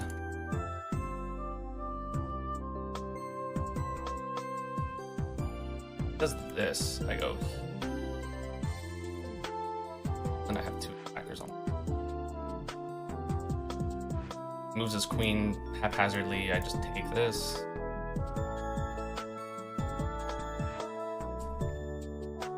And this.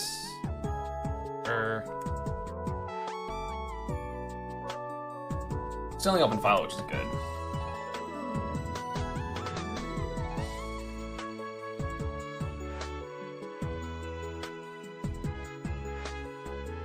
Because like it's still the pawn is still occupying these squares, so it's still like a good pawn, even if my knight's not directly there.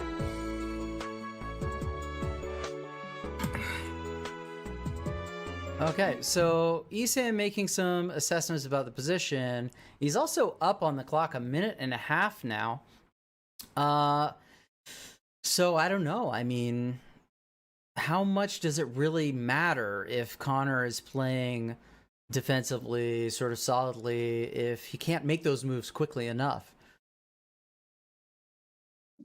I think the idea here is just to get to a good position and then play from there. Because the hard thing of the opening is just to get all your pieces out, right? If you start rushing and then you start missing things, it's going to be a little bit harder. And I really like this decision to take on C3, because now we have a weakness and this is what we need to target, right? Now we say, okay, well, this is backwards. I can attack this weak pawn. And I would try to even limit the way this pawn can move to hopefully double up on this square and say, hey, I'm going to try to win this pawn, right? We're always looking for small weaknesses. And this is where strategy is coming in, right? Nobody has made a blunder. Nobody has tactically erred, sorry. And this is the key moment where we have to kind of like fine tune our senses and say, okay, where do we need to place our pieces? Yeah, and I mean, also the knight, if it can get to e4, also gangs up on the c pawn. But like you said, you don't want to necessarily let it move. So Connor's trying to figure out what to do here on Esam's time, which is getting closer to even.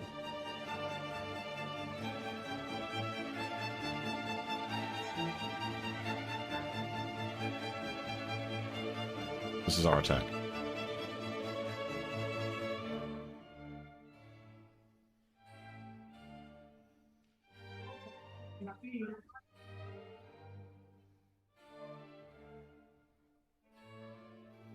Hmm.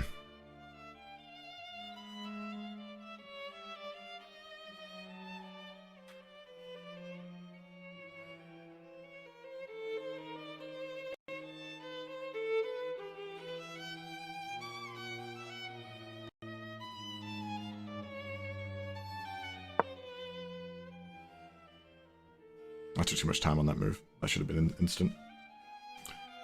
All right, now I got to start speeding things up.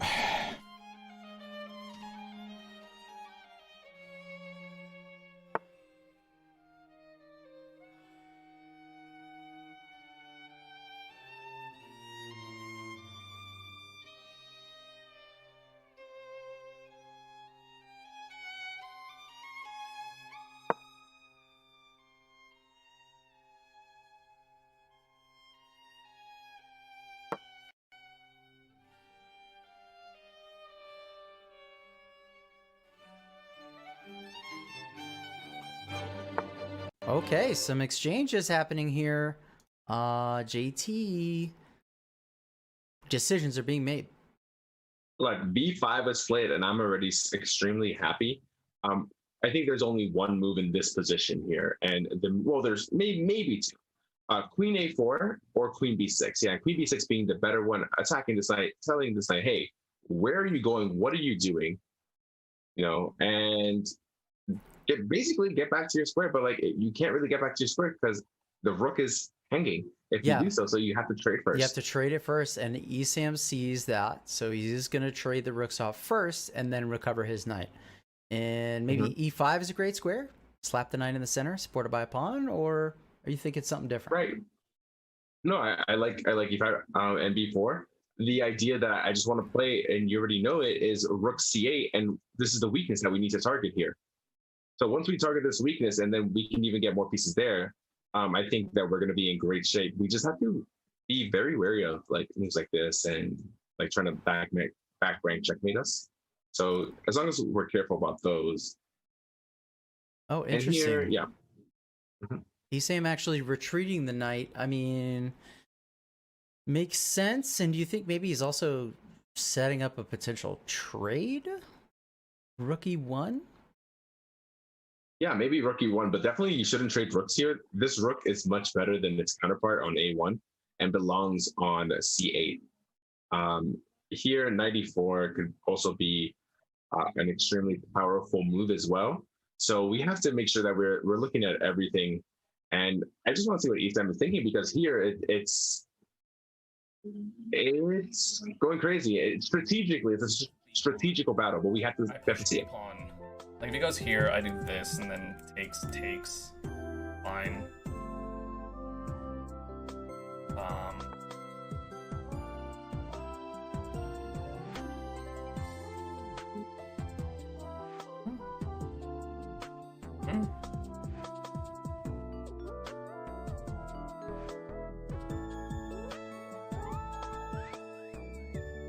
He wants me to do this, so then he can. Well, he can do that.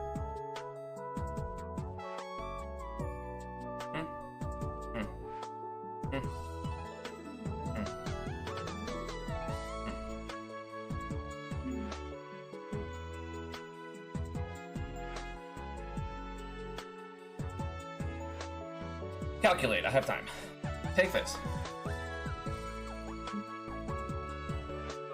He obviously can't just go and take. So well, he can't even go here, so we have to go like here? He goes here. I mean, I can just like back up. Like I could just back up to here, and then if the rook comes down, like what? So I think that's fine.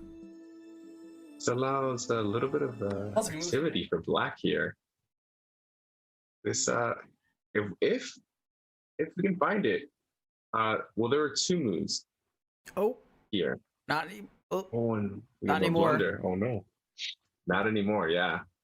Another blunder. Fuck my life.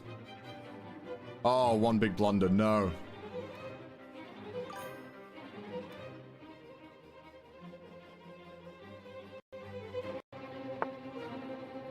Oh shit! I made a mess of this.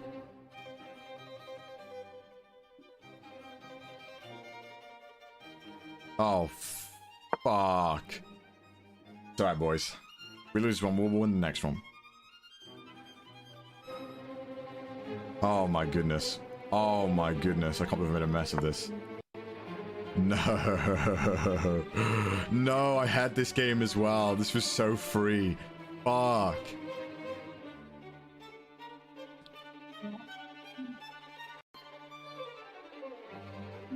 Oh, just take it. Oh, and he just take abandons his knight. it. God damn it. I can't believe I fucked this up. And what happens is, once you make one mistake, you make another mistake, and you make another mistake. Oh my god.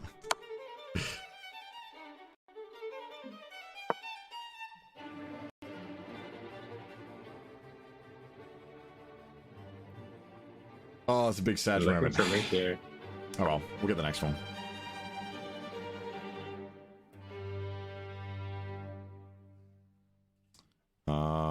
All right. Well, Yeah, this looks pretty lost. I mean, everything is covered. Esam has a lot of paths to the king. I think this one's done. Yeah, it looks pretty over. And the finishing blow would just be rook e8, king g7, and queen e5, and g2. Yeah, Esam sets it up in another way, but it still gets the job done. He's going to take the first point in the redemption semifinal here in order to secure a spot in the redemption final against Rustage. There we have it. Esam takes the first win, and we will say that that was a pretty tense game. I think both players did something that I think you and I expected, right? Which was they made it about strategic thinking. It was really impressive to see the strategy behind it. You just have to focus on the weaknesses, and you have to focus really on being accurate. And you need to spend time saying, okay, well, I don't want to blunder, but also you have to blunder check as well, because that's part of strategy. Strategy can only happen when you're tactically sound. So it's unfortunate that he left some things on free. But hopefully in the next game, we'll see a better game. I think so. Connor is going to probably take advantage of the break, review his game, look for little corrections that he can make, and then bring it back. He said he's going to win the next one, so we will find out. We'll be back in just a few minutes with Game 2. Stick around. this is the game. That's how it be. That's how chess be. We'll get the next one. We will get the next one. Don't lose faith, boys. Don't give up. We win the next one. Alright. Gotta speed up as well. All those moves I knew as well, but yeah. I need the extra time later on. Alright.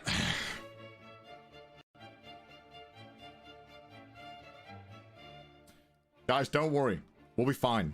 We'll be fine.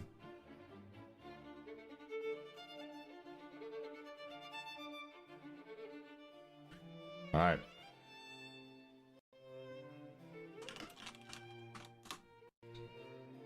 Alright.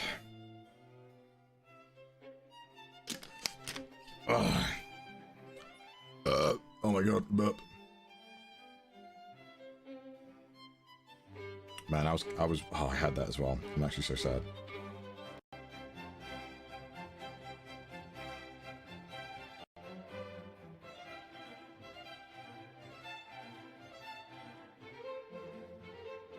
Alright. Next game. Next game. Alright. I want to get right back into it. Oh, just dropped the ball at the end. I'm so sad.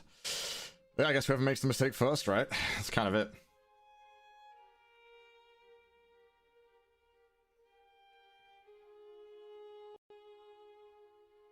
Gotta make it exciting. Don't worry, we always lose the first game. We always lose the first game. It's fine. It's fine. Alright, let's do it. I'm ready. I'm ready for the next one.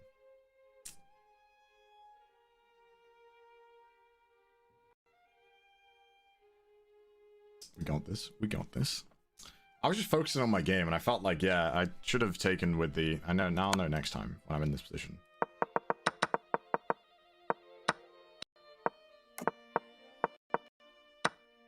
Did I do it? Wait, did I do it perfect upside of that? Oh, shit, what?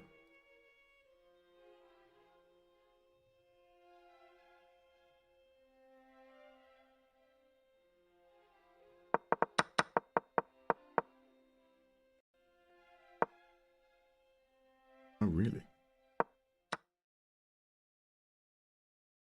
Because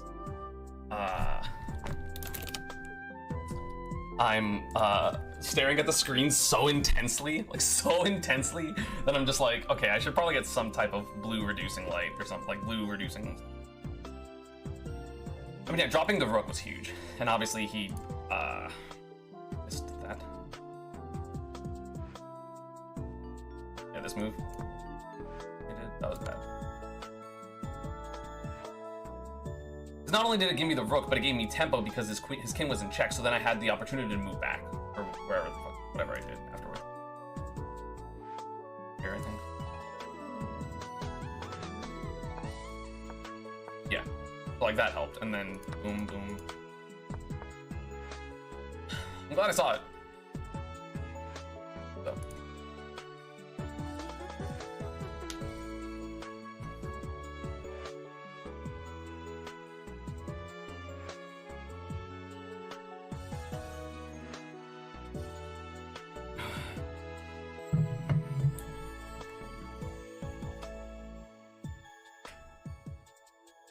I'm really proud of the C4 move. I never play C4. But I feel like it put me in a good position for like the entire time.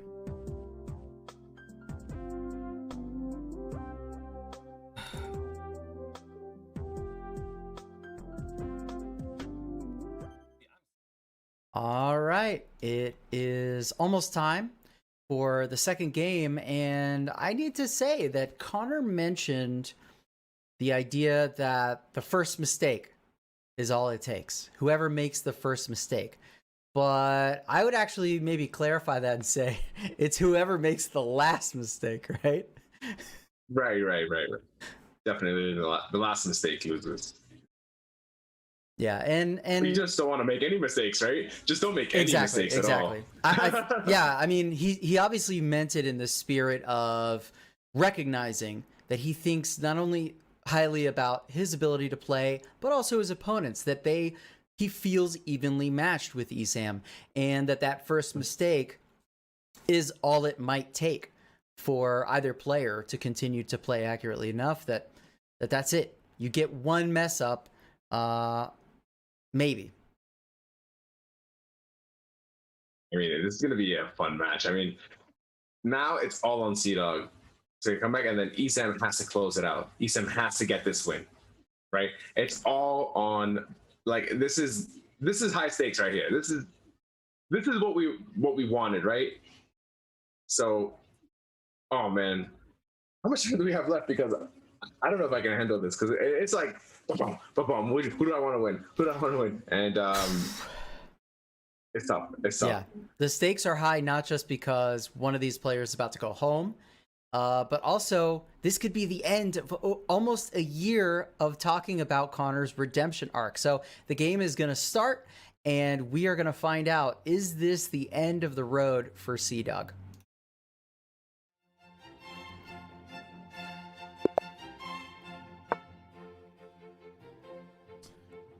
All right, let's do it.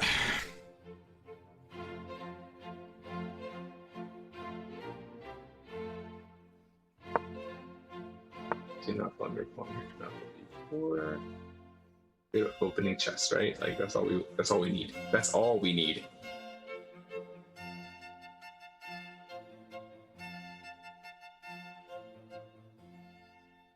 I don't really want to move this knight, but I'm gonna do it. So I'm going for the Pierce defense. Wow.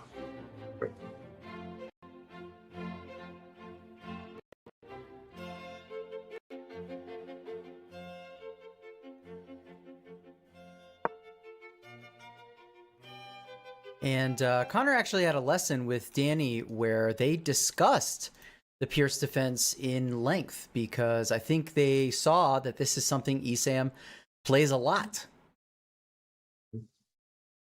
Yeah, one of the biggest ideas against the Pierce is that, you know, they have a small setup, right? And they're looking to attack.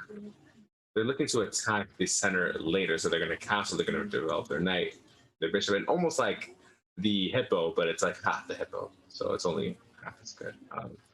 But yeah, this can get quite dangerous if black does not know how to respond correctly.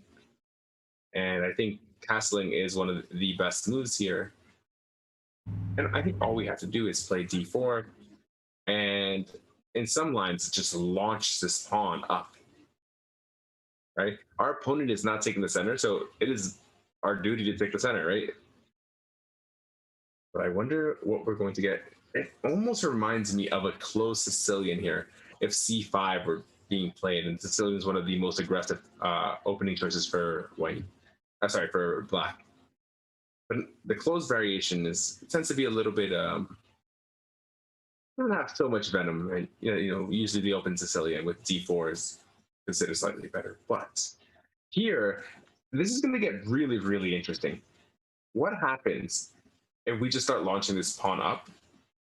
Are they going to know what to do? Oh, and deciding not to go for that at all and saying, I'm going to castle. But maybe the plan is to play f4. I really wonder what Esam is thinking. Everything's going through my head. Yeah. Let's just see what he's thinking about. Maybe this is out of frustration. Maybe he's saying, you know what, let's just get this thing cracked open and go. This is worth it. It's technically 6 for 6, but I've learned the engine hates when you do that. Because, like, these are both very aggressive pieces, and then I basically just, like, neutralize my position. So the engine does not like when you fucking just throw a 6 for 6 at, like, a random pawn. It's like, I would lose the rook, because it's this. But... like, what, does he want to, like, move his queen here? Well, not there. Here or something? Probably.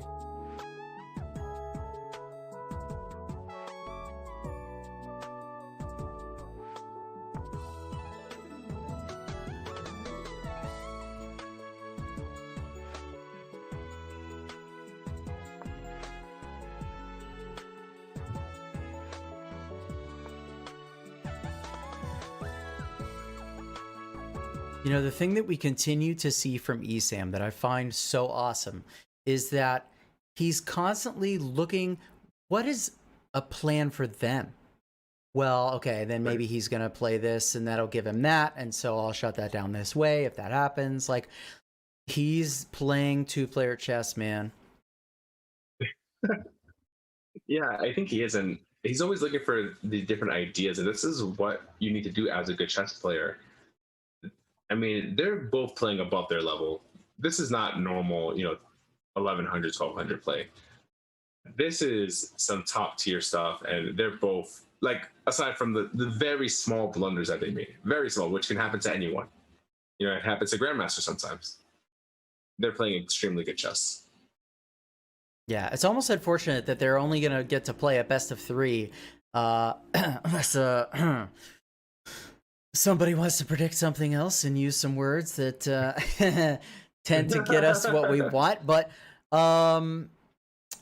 yeah, I would love to see like a match in the future just between these two guys, maybe a faster time control and just more games, because I think it'd be great to see, hey, what would it look like for CDawg and Esam to play like a 30-game match or a timed match, kind of like the SEC or winner stays. Different time controls for different match clocks. And this is interesting because now in this position, black has almost achieved what they've wanted, but we've almost transitioned and transposed into a normal position. And the best idea here, this is something that I've gone over with Connor in our first lesson during tournament 1, was pawn breaks, and to go for pawn breaks. And I think he should see this move almost instantly, but I think he should still think about it. Maybe h3 first and then f4. And let's see what Connor's thinking. I don't think he's... let's see. Yeah, let's take a look. He's very pensive right now. Maybe sensing that there's a lot of potential at this moment.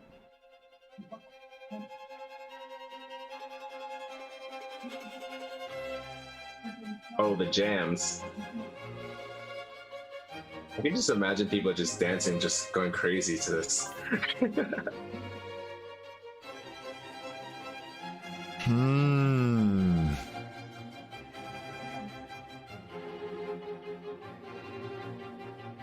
Put a little beat behind it. Oh, yeah. Could be fire. But it's definitely bringing the drama. Yeah, I mean, I can imagine people, when this was first dropped or first released, people were just, in the club like, oh, this beat goes hard.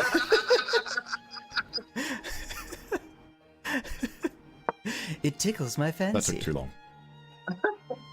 Well, I'm not going that far.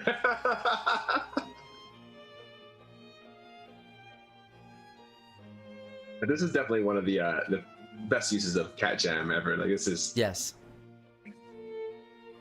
If he goes here with bishop, we go here. He might try and do this, and we go there. Super risky, but there's no way he can do anything. We push the bishop away. No, we don't do that. We should go here. Defend the knight. See, this is where I actually feel like Connor may only be playing 1.5 player chess, like you described in a lesson with Gigguk last year, where he's also trying to say, well, if he does that, I'll do this. But the difference in what we just watched is like, he's kind of saying, okay, if the bishop goes there, then I'll do this, but not really going far enough to say, well, why would he want a bishop there? Does it actually do anything that I need to be concerned about, or is it just a ghost? Right. And ghosts are a thing in chess. We always want to calculate everything, and we always want to be correct, but sometimes we go a little bit overboard and we go over the top and say, oh man, he's attacking something. But in reality, he's not. So I do like h3 here. And I want to see what Esam is thinking. I want to see how he's trying to plan his attack. Yeah, he's definitely looking at the coordination. Sam, why don't you shut the fuck up? That's stupid, man. I still don't like this. But also, the knight has literally nowhere to go.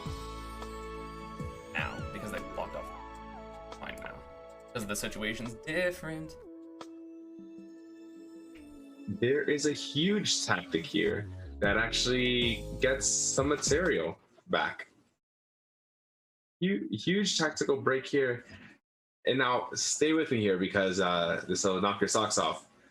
Knight takes f7, right? Rook takes f7. Remember, the bishop is pinning. And now bishop h6. The idea behind this is if bishop captures h6, then this is free, and also this pawn is free. Okay, Hikaru, way too dank.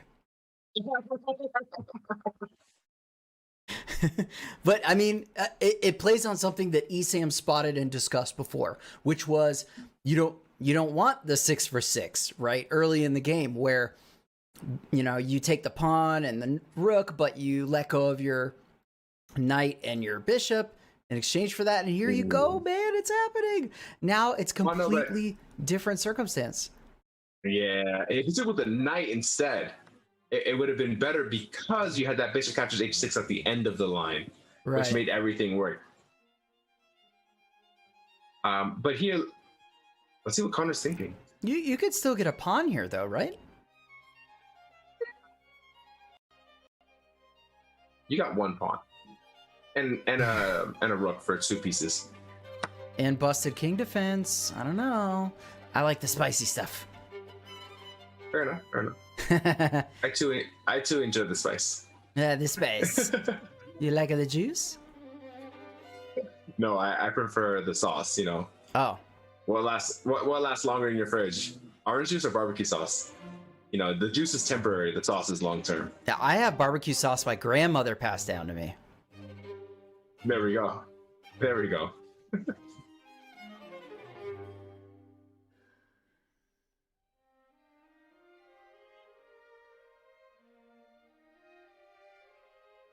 Okay, Connor's sitting on this for a while. He's 3 minutes almost 3 minutes down on the clock. Oh, you gotta get this bishop out. Fuck it, I'm just gonna do it. I haven't got enough time. After dropping the rook in that last game, I think the apprehension is getting to him.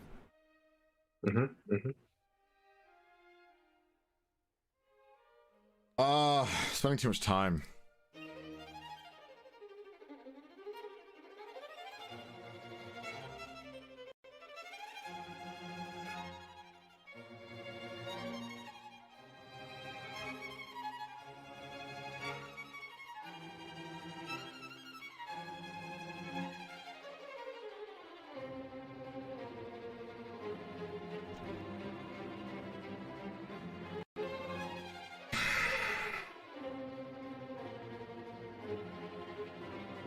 going to be a tough one for sure.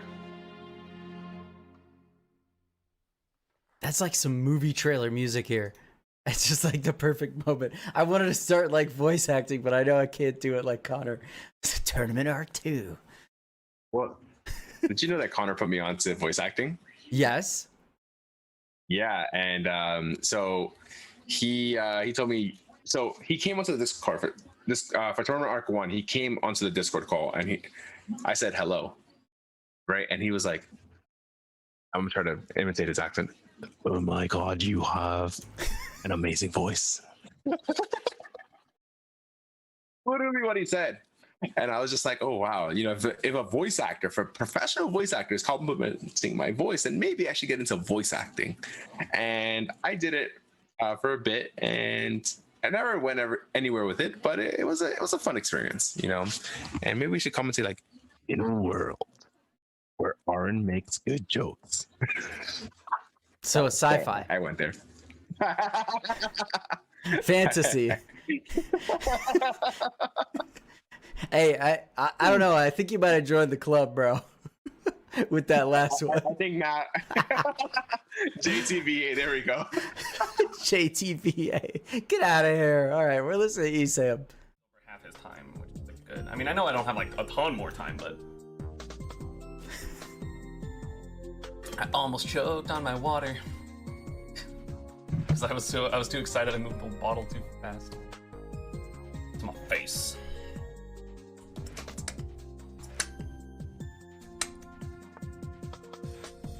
And I'm not threatened by this, am I? This isn't really doing anything besides protecting like this square, which is still protected by the knight, which is forward. Again, we get in like this little scuffle, and then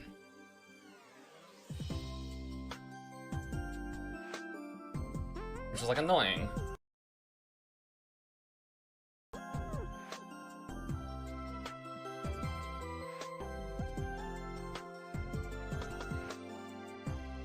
You know what? I take.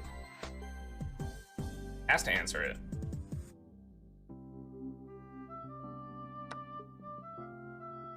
I don't really care that it's attacking this.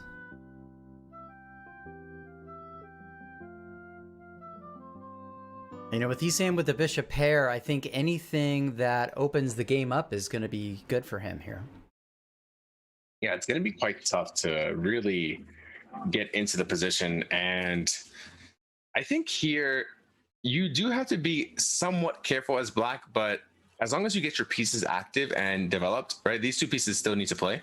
You'll be fine. Same for white. These rooks need to play as well. We need to find places for these rooks, but this bishop can be quite annoying in some lines. So I can see a world where something happens and c5. I do not like c5 at all. We have another tactic. Do you see it, Arn?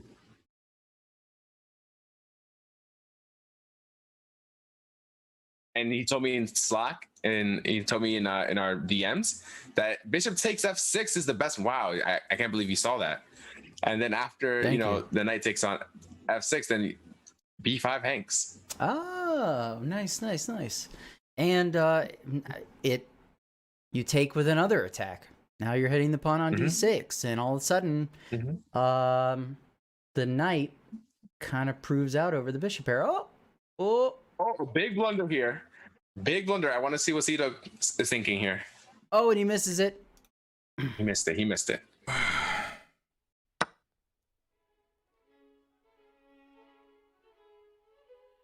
Man, that would have been nice, right? E5, hitting Right. the bishop, discovering an attack on the rook with the queen. Woo! Yeah, that could have been comeback dog VA. Oh, man. We may end up seeing Copium Dog instead. What's funny about this position is there's many ways for black to blunder again if they don't see it. I think one of the only moves is to play knight e5. So let's see. And they're now even on time now. CDawg up on time, and he's probably thinking his opponent's time, which is nice. Man, but that's a tough move for both players to see, I think. Oh, but Esam does it. He locks the pawn in place. Now the tactic is no longer available. Right, but I think Connor here he just won a pawn, right? So like this is huge. Now he has 2 pawns and a rook. Yep. Knight takes Or- d6 would hit the queen and the bishop. Oh, but remember your expect that queen move. falls with check.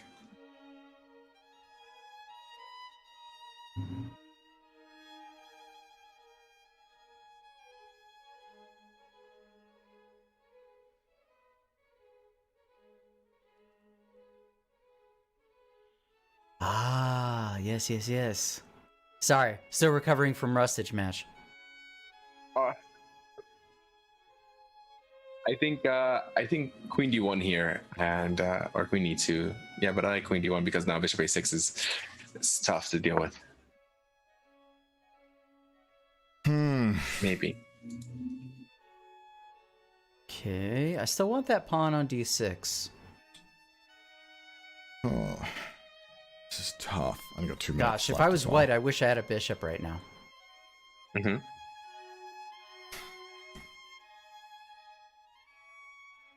I know there was a better move there for sure, but I just I'm playing safe.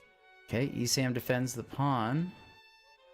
At least at the corner of my eye, as I look at the screen shares, I can see that's what he's going for. Maybe we'll switch over.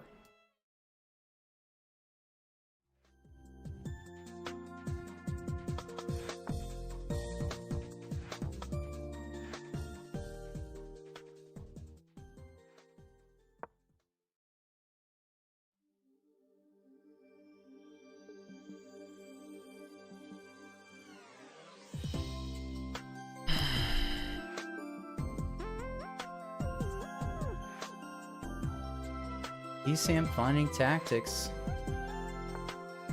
You know, win them and win them.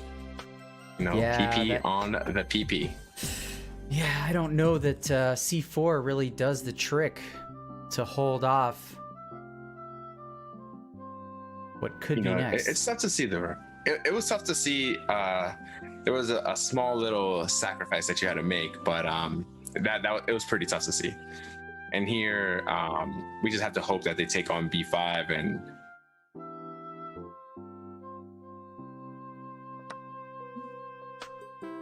What is Esam going for now? Looking for the pawn on b5. Attack twice, defend it once. And you can't bring another defender to that I just gotta pawn. remember to play just a little bit faster. Just a little bit faster. I don't like this being a protector. Okay, CDawg saying threat for threat. Yep, F4 is really strong here. F4 extremely strong. The idea is after upsetting. whatever move with the knight, E5 comes. Well, we'll see. Maybe we'll see if Connor points to that piece. Yep. Wow. Very strong. And there's only one idea here. You have to put the queen on the E file. You cannot move your bishop back because of E6. So huge moment for comeback VA, comeback dog VA. Wow, this could be the moment. Esam. Whew.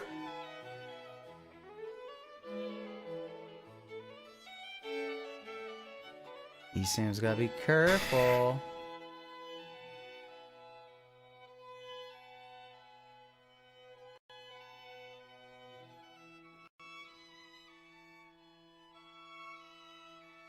Wow, this is interesting because if we look at Esam's screen, he's considering what he thinks is a queen exchange that gets him out of the situation, but I don't think it works because Connor could just trade the queens first and then take the bishop. Wait a minute. Let's see what happens. Oh wow, I think this is even a worse move because the idea of just moving the queen and then E6 happening anyway. So maybe something like, I don't know. I mean, C4 maybe. I don't know. Queen C4 looks amazing. And See if they play it. Connor Let's see is if- hovering it. He plays it. Oh, this is getting insane here, Oh guys. my gosh. We've got a game, boys and girls. Connor may tie it up. Yeah, and now the idea is after the bishop moves, now we have rook captures b6, and the knight can now take and the queen is hit, and then we have rook captures g6. Oh baby. Okay, Esam giving up the bishop.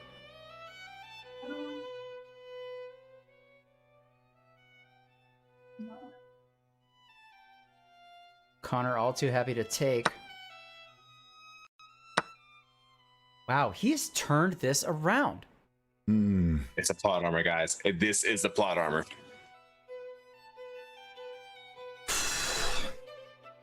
And now the liability on b5 has now become an asset because it could potentially push. Wow, we got to look at this. This is something else. Yeah, I think the best idea is just queen captures a4. Now these two pawns start running down the board later, and this is going to be quite tough. I mean, CDawg has to decide on that route, right? He has to feel like he can make it work. And I guess you could do that, right? You could push the pawn first, bring the queen to a6, and then continue. It's a little scarier. Because you're not bringing your other pawns in to help, really. Right, and the natural move here, I think this is a little bit too premature. Well, honestly, we could do whatever here because we have this extra pawn. We have the rooks. So let's see what happens here. I'm really wondering what they're saying because they only have a minute on the clock left. This is a bullet match, guys. No way. This is now a bullet match. I wasn't even paying attention. I was just looking at the chess. This is crazy. I'm just opening both audios. It's going to be a little too dank on the music, but I want to hear anything that these players have to say. Fuck. Don't have a lot of time to think and it's stressful. Don't have a lot of time to think and it's stressful.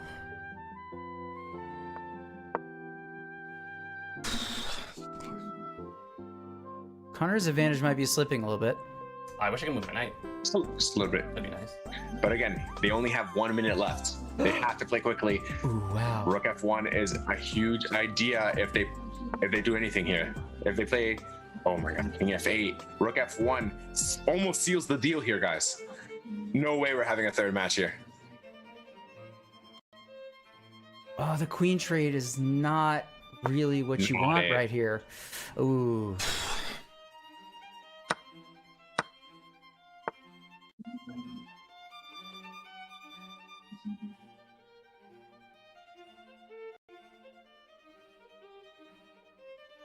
Both players still under a minute.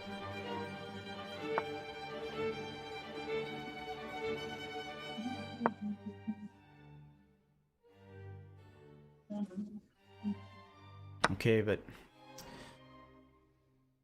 Connor's struggling to find a way through that knight. Is well placed. That knight is actually worth a rook in these positions.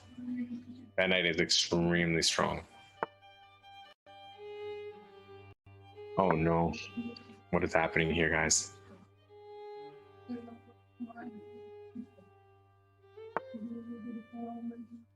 Oh man, this is hard to deal with. But maybe Connor recognizes that the rook can take on c. Oh, not anymore. If the king moves.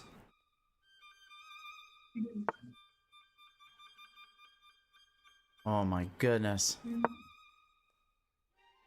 This is crazy. They're both down to increment. They're both down to increment here. Connor's slightly up on time, but not in good shape here.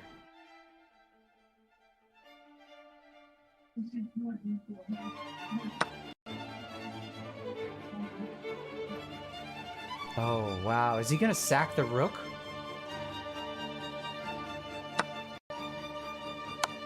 He does. Does it work? Fuck.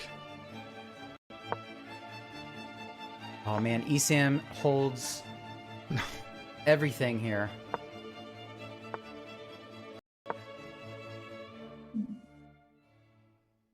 I think Esam can convert pretty easily here. Wow. Oh, fuck. No, I'm gonna lose. Fuck.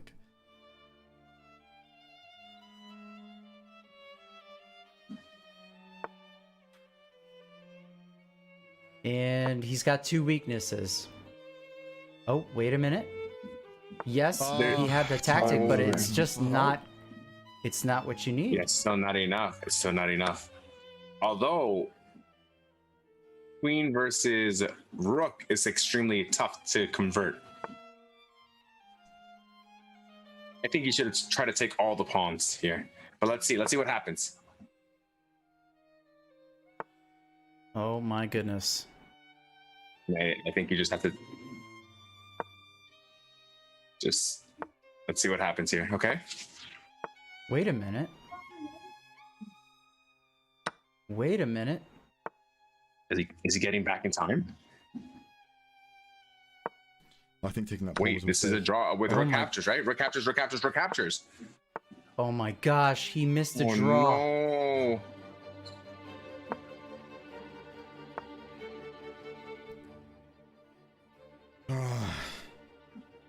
And now it's absolutely lost. There is no way that Connor can get his king to that H-pawn. Now he has to look for the S word. But I don't think Esam is the type to make that mistake. No. Oh, Yeah, no, I think he showed us this that game last time. Played. Oh, fuck the clock. My worst enemy.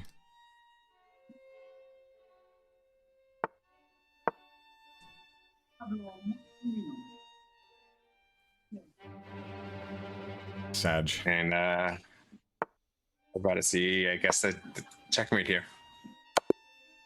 That's it. GG. I'm sorry, Ollie. I let you down, Ollie. I'm sorry. I'm sorry, Ollie.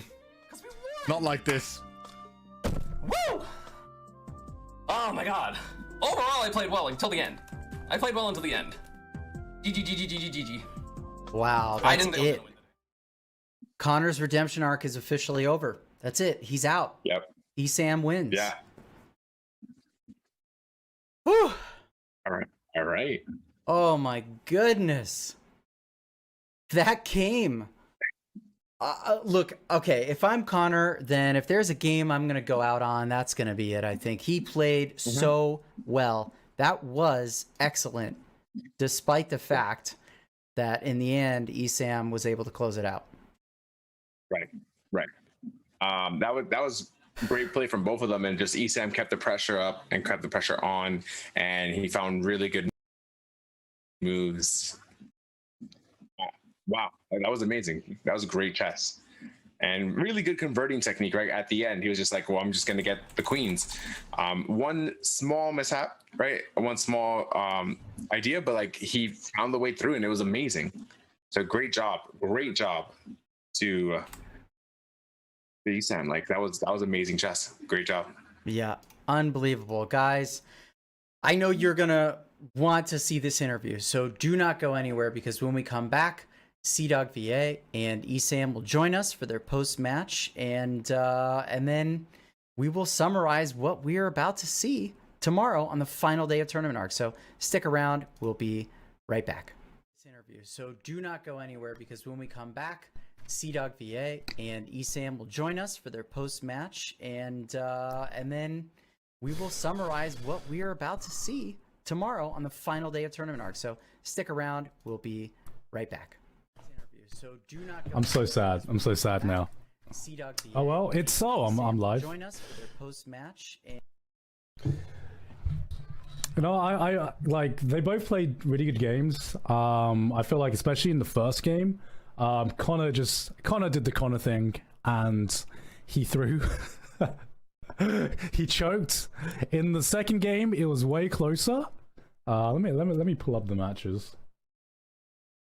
How do I pull up Connor's matches? Let me pull these up. Let me see. Anyone? Where the hell is? How do I pull up friends? Should be down here somewhere, right? Oh, let's go through that second game. Connor's winning the second game right up until the queen trade. I know. But I mean, he was low on time. I can understand how he missed it. That's rapid. I am really stupid right now. There we go. That is not what I want to do. Holy shit. Let me turn that off. Games. Let's have a look at this game. 6 blunders. The man missed twice. Yeah, I know, right? Connor was in a better position at some points in both games. This is all pretty standard. Like, what I don't understand is why kind of like Connor's seen. I wonder if Connor did any prep for this position against Esam, because he kind of just let him do the King's Indian without putting any pressure on at all. So I mean, I feel like if he had pressured, I mean, it's all good moves now. I feel like if he had done a bit more prep, he could have easily made this a lot harder. And now like Connor's position was pretty bad. But then Esam like, once the pawn break happened, and once Connor got more space, he played so much better. And I know, because me and Connor play almost like the exact same style. We play like monkey brain attacking chess. So like, I knew as soon as Connor got some space, got a pawn break, he would play a lot better, and he did.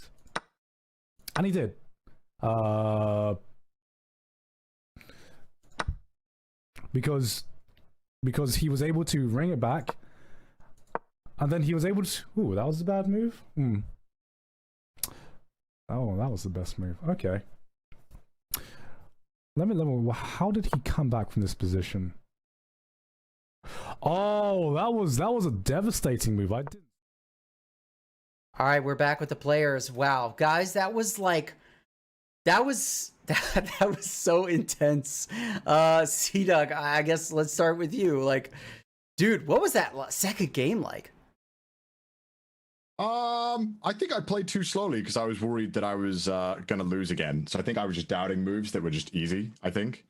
Yeah, and I felt like I had no reason to lose that game. That was just me throwing, like, because I had no time left. I think that's just unfortunate. I'm very sad about that one. Yeah, Esam, what's your perspective on how both games went for you? Game one was, I feel like, super well played. But I mean, it was actually funny because I went into either Gigguk's chat or CDawg's chat after I had lost to Gigguk, and we were talking, because at that point, like, we were scheduled to play in the bracket. So I was talking about stuff, and Gigguk was like, "Oh, what are you gonna do against Esam?" And CDawg was like, "Oh, I'm just gonna play aggressive." And then literally game one, he had 0 opportunities to play aggressive, because I was always like, I think he had maybe 3 pieces that was on my half of the board like the entire game. Yeah. So I was pretty happy about that. And then game two was kind of crazy. Once he got like those continual pawn forks on the, the F file, I was like, oh no, everything's falling apart. Because it was, I think, relatively even before that. And then he messed up once, twice. Like he let me get back the lead that he had after that. That was just because I was low on time, and I just ran out of time to think. But it sucks, yeah. Because it took like a minute and a half in like the first like 4 moves, and I'm like, this is an opening. Like you should just be able to go boom, boom, boom, boom. Like, which I felt was like, okay, I think this is going to be important. I think I said that on my stream. Unfortunate. Yeah, I think at both games I had like earlier on, I think I had a stronger position. And then I just blundered it pretty much. That's just kind of how it has, like, get low on time, blunder. I wonder what the accuracies were. There were like really good points in both games where I think in the first game, Connor, I think you were doing extremely well after you took the knight on c3, and it was a c3 d4 chain. Yeah. And then Esam was able to convert because he just found the tactic. He was like, "Oh, this is blundering. Okay, thank you." Yeah, just like, I just blundered, and then I just lost it from there. But actually, I felt like I was all right, and then I already, especially in that position, I was like, "All right, my pawns are in a better position. All your stuff is trapped in the corner now. Now I can just start opening the board up." But I made one blunder, and it just let you get back into it. So it was just like totally fucked on my part. It was very sad. We were wondering about how that shaped your attitude after that first game, dropping the rook and letting that one go. You even said like, okay, guys, like we'll get the next one. It's okay. But do you feel like that still lingered a bit going into that second game? Yeah, 100%. I think I was playing more slower because I'd lost a game. So I thought, okay, I've got less time. And I think ultimately what ended up losing it was the fact that I ran out of time, and then I started making mistakes because of that. And then I just got tilted more. because I threw. Yeah. I pretty much gave up. Well, once I threw my lead, even though it was still even, I was so mentally boomed from that point because I was like, I literally just threw a game for no reason. And yeah, I think that just got to me. And a big thing is honestly, like, even near the end, it was even because I actually messed up like my end game sequence. And you had a situation I could have got a draw. just, yeah. And I was like, oh, like I saw, like I did the pawn move, and on my end, I was like, oh no. And then you just like moved your king immediately, and I was like, oh, thank God. Just tilted from that point, so that was a bit unfortunate. That's fair. Really. Yeah. I don't know. I got tilted. I've lost on time. I feel like Time's a bitch. I mean, you played very well. I mean, you never gave me a chance, really. I mean, I just felt like I was playing clean and then just blundered it once, as I normally do, and yeah, lost it from that. Hey, be nice to yourself. It was a hard game. Stuff happens, man. We're only 1100. We're not grandmasters, okay? Like, come on. Yeah, I was so annoyed in the second game. I was like, okay, I literally have this. This position is terrible for you, and I was so sad that I threw it. Like, I definitely had, I feel like, I mean, I went through the analysis really quickly. I had opportunities to stop those continual pawn breaks because I think before that it was even. And then, like, I kind of let you have the lead. And I was like, oh, no. But then I was like, well, it's a pawn. It's like 2 pawns. I can do this. Like, I literally said, like, I can still win this. I just have to not mess up more. I wanted you to, in the start, I wanted you to start just pushing all your pawns to try and get my bishop. Because I was like, all right, now he's making a mess and he can't move any of his pieces out. So this is fine. And that worked. Then I was like, great, now I can just attack. It was fun. Like, I was down to do that because I was just like, well, it's still all of my pawns are up. You can't really move your pawns. Like, it's fine, even though my bishop kind of sucks. True. Yeah, there was a few moves that I was like gonna do, but then for some reason when my turn came around, I was like, oh no, I should do something else. And then the PC was like, no, that was the right move from the start. And I'm like, God damn it. Hate that. Yeah, I mean, I don't know. I ultimately you played bad. So I mean, that's just all there is to it, right? Yeah. You guys played amazing, Aaron. Yeah. No. I was just waiting for you guys to finish. Okay. I'm just sitting here looking pretty, you know. That's my job. Hey, watch the shaved beard. Let's go. I mean, oh yeah, I shaved. I shaved for this, and I just wanted to show Connor. Unfortunately, you lost this, but I got this in a crane game here, and I found it. It's a Zorro that I got from like sick figure 8 years ago, and I got this in like 2 pulls. I know you did a video on this earlier. I mean, so wait, what does that have to do with chess? Everything. It has everything to do with it. Oh my God. I'm grieving out here. I don't want to see your figure. You're kicking him while he's down, JT. That's so messed up. But honestly, I think you guys both played extremely well. Like I was talking to Aaron during the commentary that it was basically strategy. Right? It was like you guys will not like blunder right away, and there was a strategical battle that was happening before the blunder. Yeah. If you guys didn't notice that, you took control of the C4 square by playing B5. You were saying I'm locking down C4, and C4 is going to be an eternal weakness for you. And that was like, I was like, oh wow, okay, you found the move. Okay, this is beautiful. This is like the only idea in the position. If you don't find that idea, you're going to get overran. Yeah, I just wanted them to make like that side of the board just really weak. And yeah, I mean, I was about to start abusing it, but I threw. So that's about all there is to it. And then Esam just being ready for everything and just finding good moves and trying to attack things that were loose. That was really, really good by you. It was like, okay, quick attack over here, quick attack over there. Really embodying the Pikachu. It was really difficult because I know like something that has been lingering in my mind the whole tournament was when I overextended against Gigguk and went from like queen, like I think it was the game 1 that we played where I like extended and put my queen in the corner. And like, so every time I'm like, I'm just going to take this piece. I don't know if you were on my stream at that point, but at some point I was just like, I can take that. Like, I think it was game 2. I was like it was a queen taking a pawn after he moved his queen. I don't remember what square. I think it was like F5.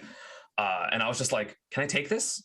Can I take this? I'm so scared that if I take this, I'm just going to lose because that's basically what happened against Gigguk, except it was an aggressive take as opposed to a more defensive kind of positioning take. But it was actually kind of scary.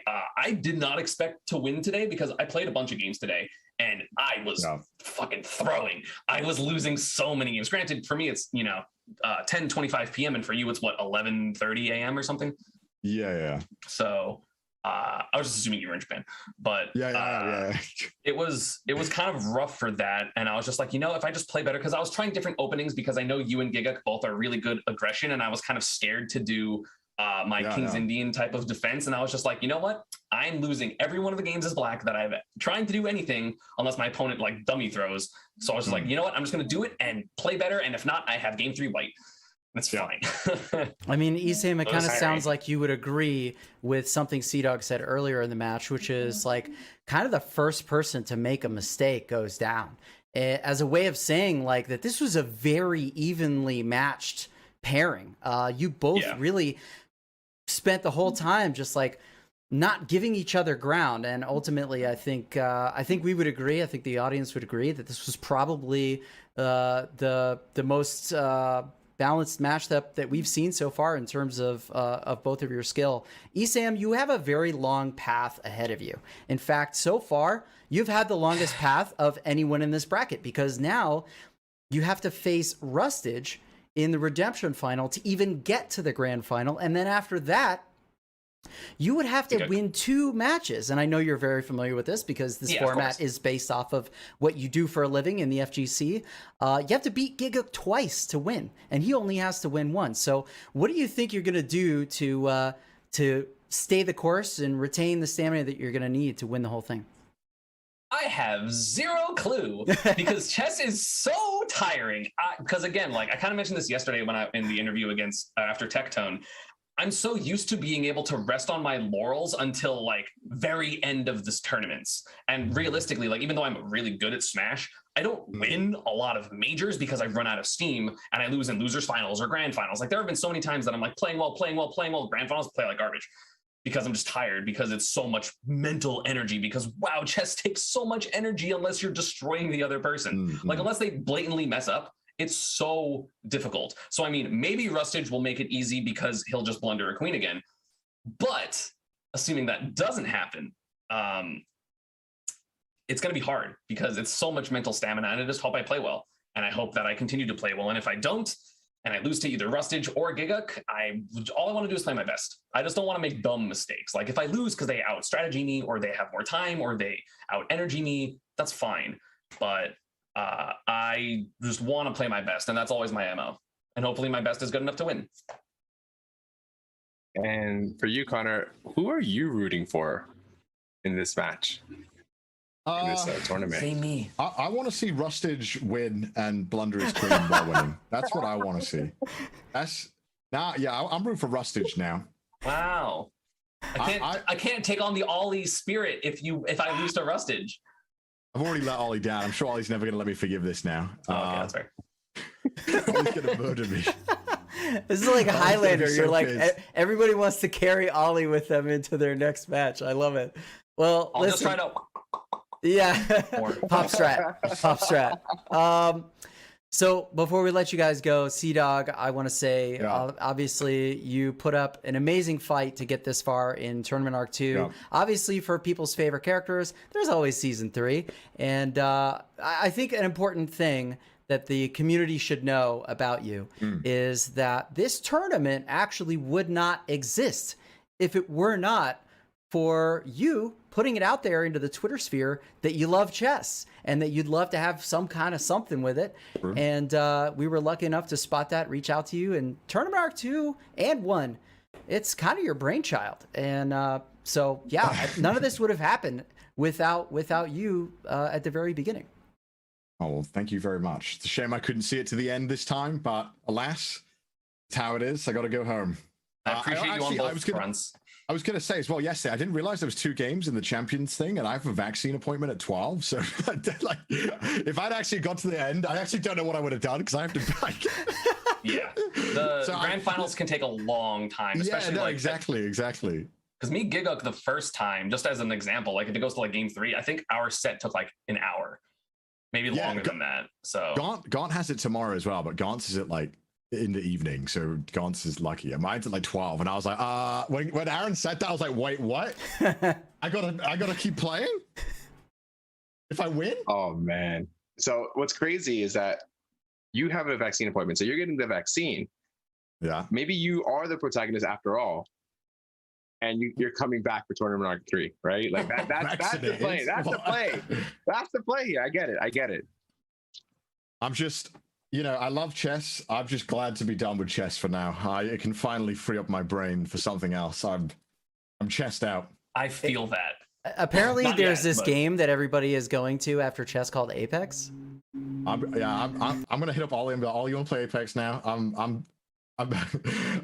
Let's go back. All right, guys. Well, you guys have given us amazing chess. CDawg, Yeah. we will obviously keep an eye on what's next for you. Esam, we know what's next for you. Your match versus Rustage. So we'll let you get some rest and prepare for that. And fellas, Yeah. thank you so much. And we'll see both of you maybe tomorrow. Connor, watch party. All right. What do you think? I will if it depends on how long it goes. But yeah, I'll try to be there. If I'm Okay. not too salty tomorrow morning. Thanks for Sounds playing. good. It was very, very fun, CDawg. No, it's great games. With man. all You the play trash very talk. well. No, that's what I mean. Like I'm sad more people didn't trash talk. You know, I thought that's what they do in fighting games. Well, to be fair, the other two fighting game players went 0-2. So what are they going to trash talk? Like, they know to be humble when they lose. I wanted Kizzy and Sage to come up being like, yo, who are these fucking losers, bro? Chess, easy child's game, bro. That shit's hard. We know that's hard. We got too much respect. We got respect for the OGs, whether that's Street Fighter, Third Strike, whether it's Melee, or whether it's chess. This game's been around for too long. I respect that. All right. Well, All dude, right. it was great getting to meet you, man, as well. Hopefully we can do some stuff in the future. Yeah. I GGs. talk to you guys later. GG, man. Well played. Bye. There you go. That was an unbelievable match. I honestly think that's my favorite one yet. We've obviously had like some amazing moments in pretty much every day of this tournament, but man, in terms of how high the stakes were, that's top of the list. Yeah, I mean, now we're down to the final day. Can you believe that? Like, after all of this action, the action is going to get even more intense in tomorrow. Like, Where has the time gone? oh man! And Rustage versus Esam, the winner of that goes right into Gigguk, and he just has to win one time. Yep. Gigguk has, man, he's going to have, I'm not going to say an easy day tomorrow, but he definitely has the easiest path to seal all of this up and take it home. He only has to win one best of 3 match, and that's it. He's the champion. Returning champion, retaining champion. Man, can anybody beat Gigguk? I don't know. We're gonna find out tomorrow. And for the other 2 players, it is gonna be an unbelievably tough battle, uphill. Oh yeah. You know what's funny that I was just thinking? What if we do a match where the Rustage doesn't have his queen, like, and both players don't have his queen, so then he can't blunder the queen. Then he's gonna win the whole thing. What a concept. Oh my lord. Maybe that should be the tiebreaker instead of a 3-0 game. It should be like peace down. Oh my gosh. Wow. Well, we'll see. Maybe that's all Rustage needs, right? Is to hold on to his material and beat Esam and then go on to beat Gigguk. Dude, I don't know. I actually kind of like your path. I like the interest in seeing the underdog make his way back to face Gigguk a second time.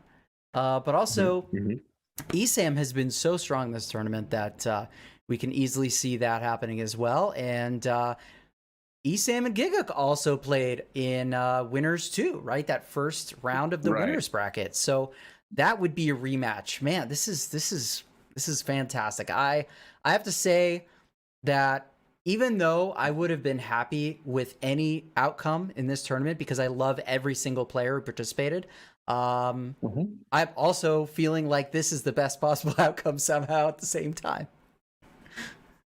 This is hype. This is so hype, and I can't wait till tomorrow, guys. I hope that we see you here tomorrow, and thank you guys so much for giving us the most amazing time as commentators and just keeping it lively in the chat and coming back. So we hope to see you tomorrow. And are there any last words? Well, maybe we'll see some of them tonight because the after party is starting on Japanese Tutor's channel on Twitch. So if you're on Twitch, stay for the raid. If you're not on Twitch, maybe hop onto Twitch. Go to twitch.tv/Japanese Tutor and stick around. Talk about the games. Talk about tomorrow. Let us know who you're rooting for. Learn something from JT to improve your own chess. We will see all of you tomorrow at 5 p.m. Pacific for the last day of Tournament Arc 2. See you then.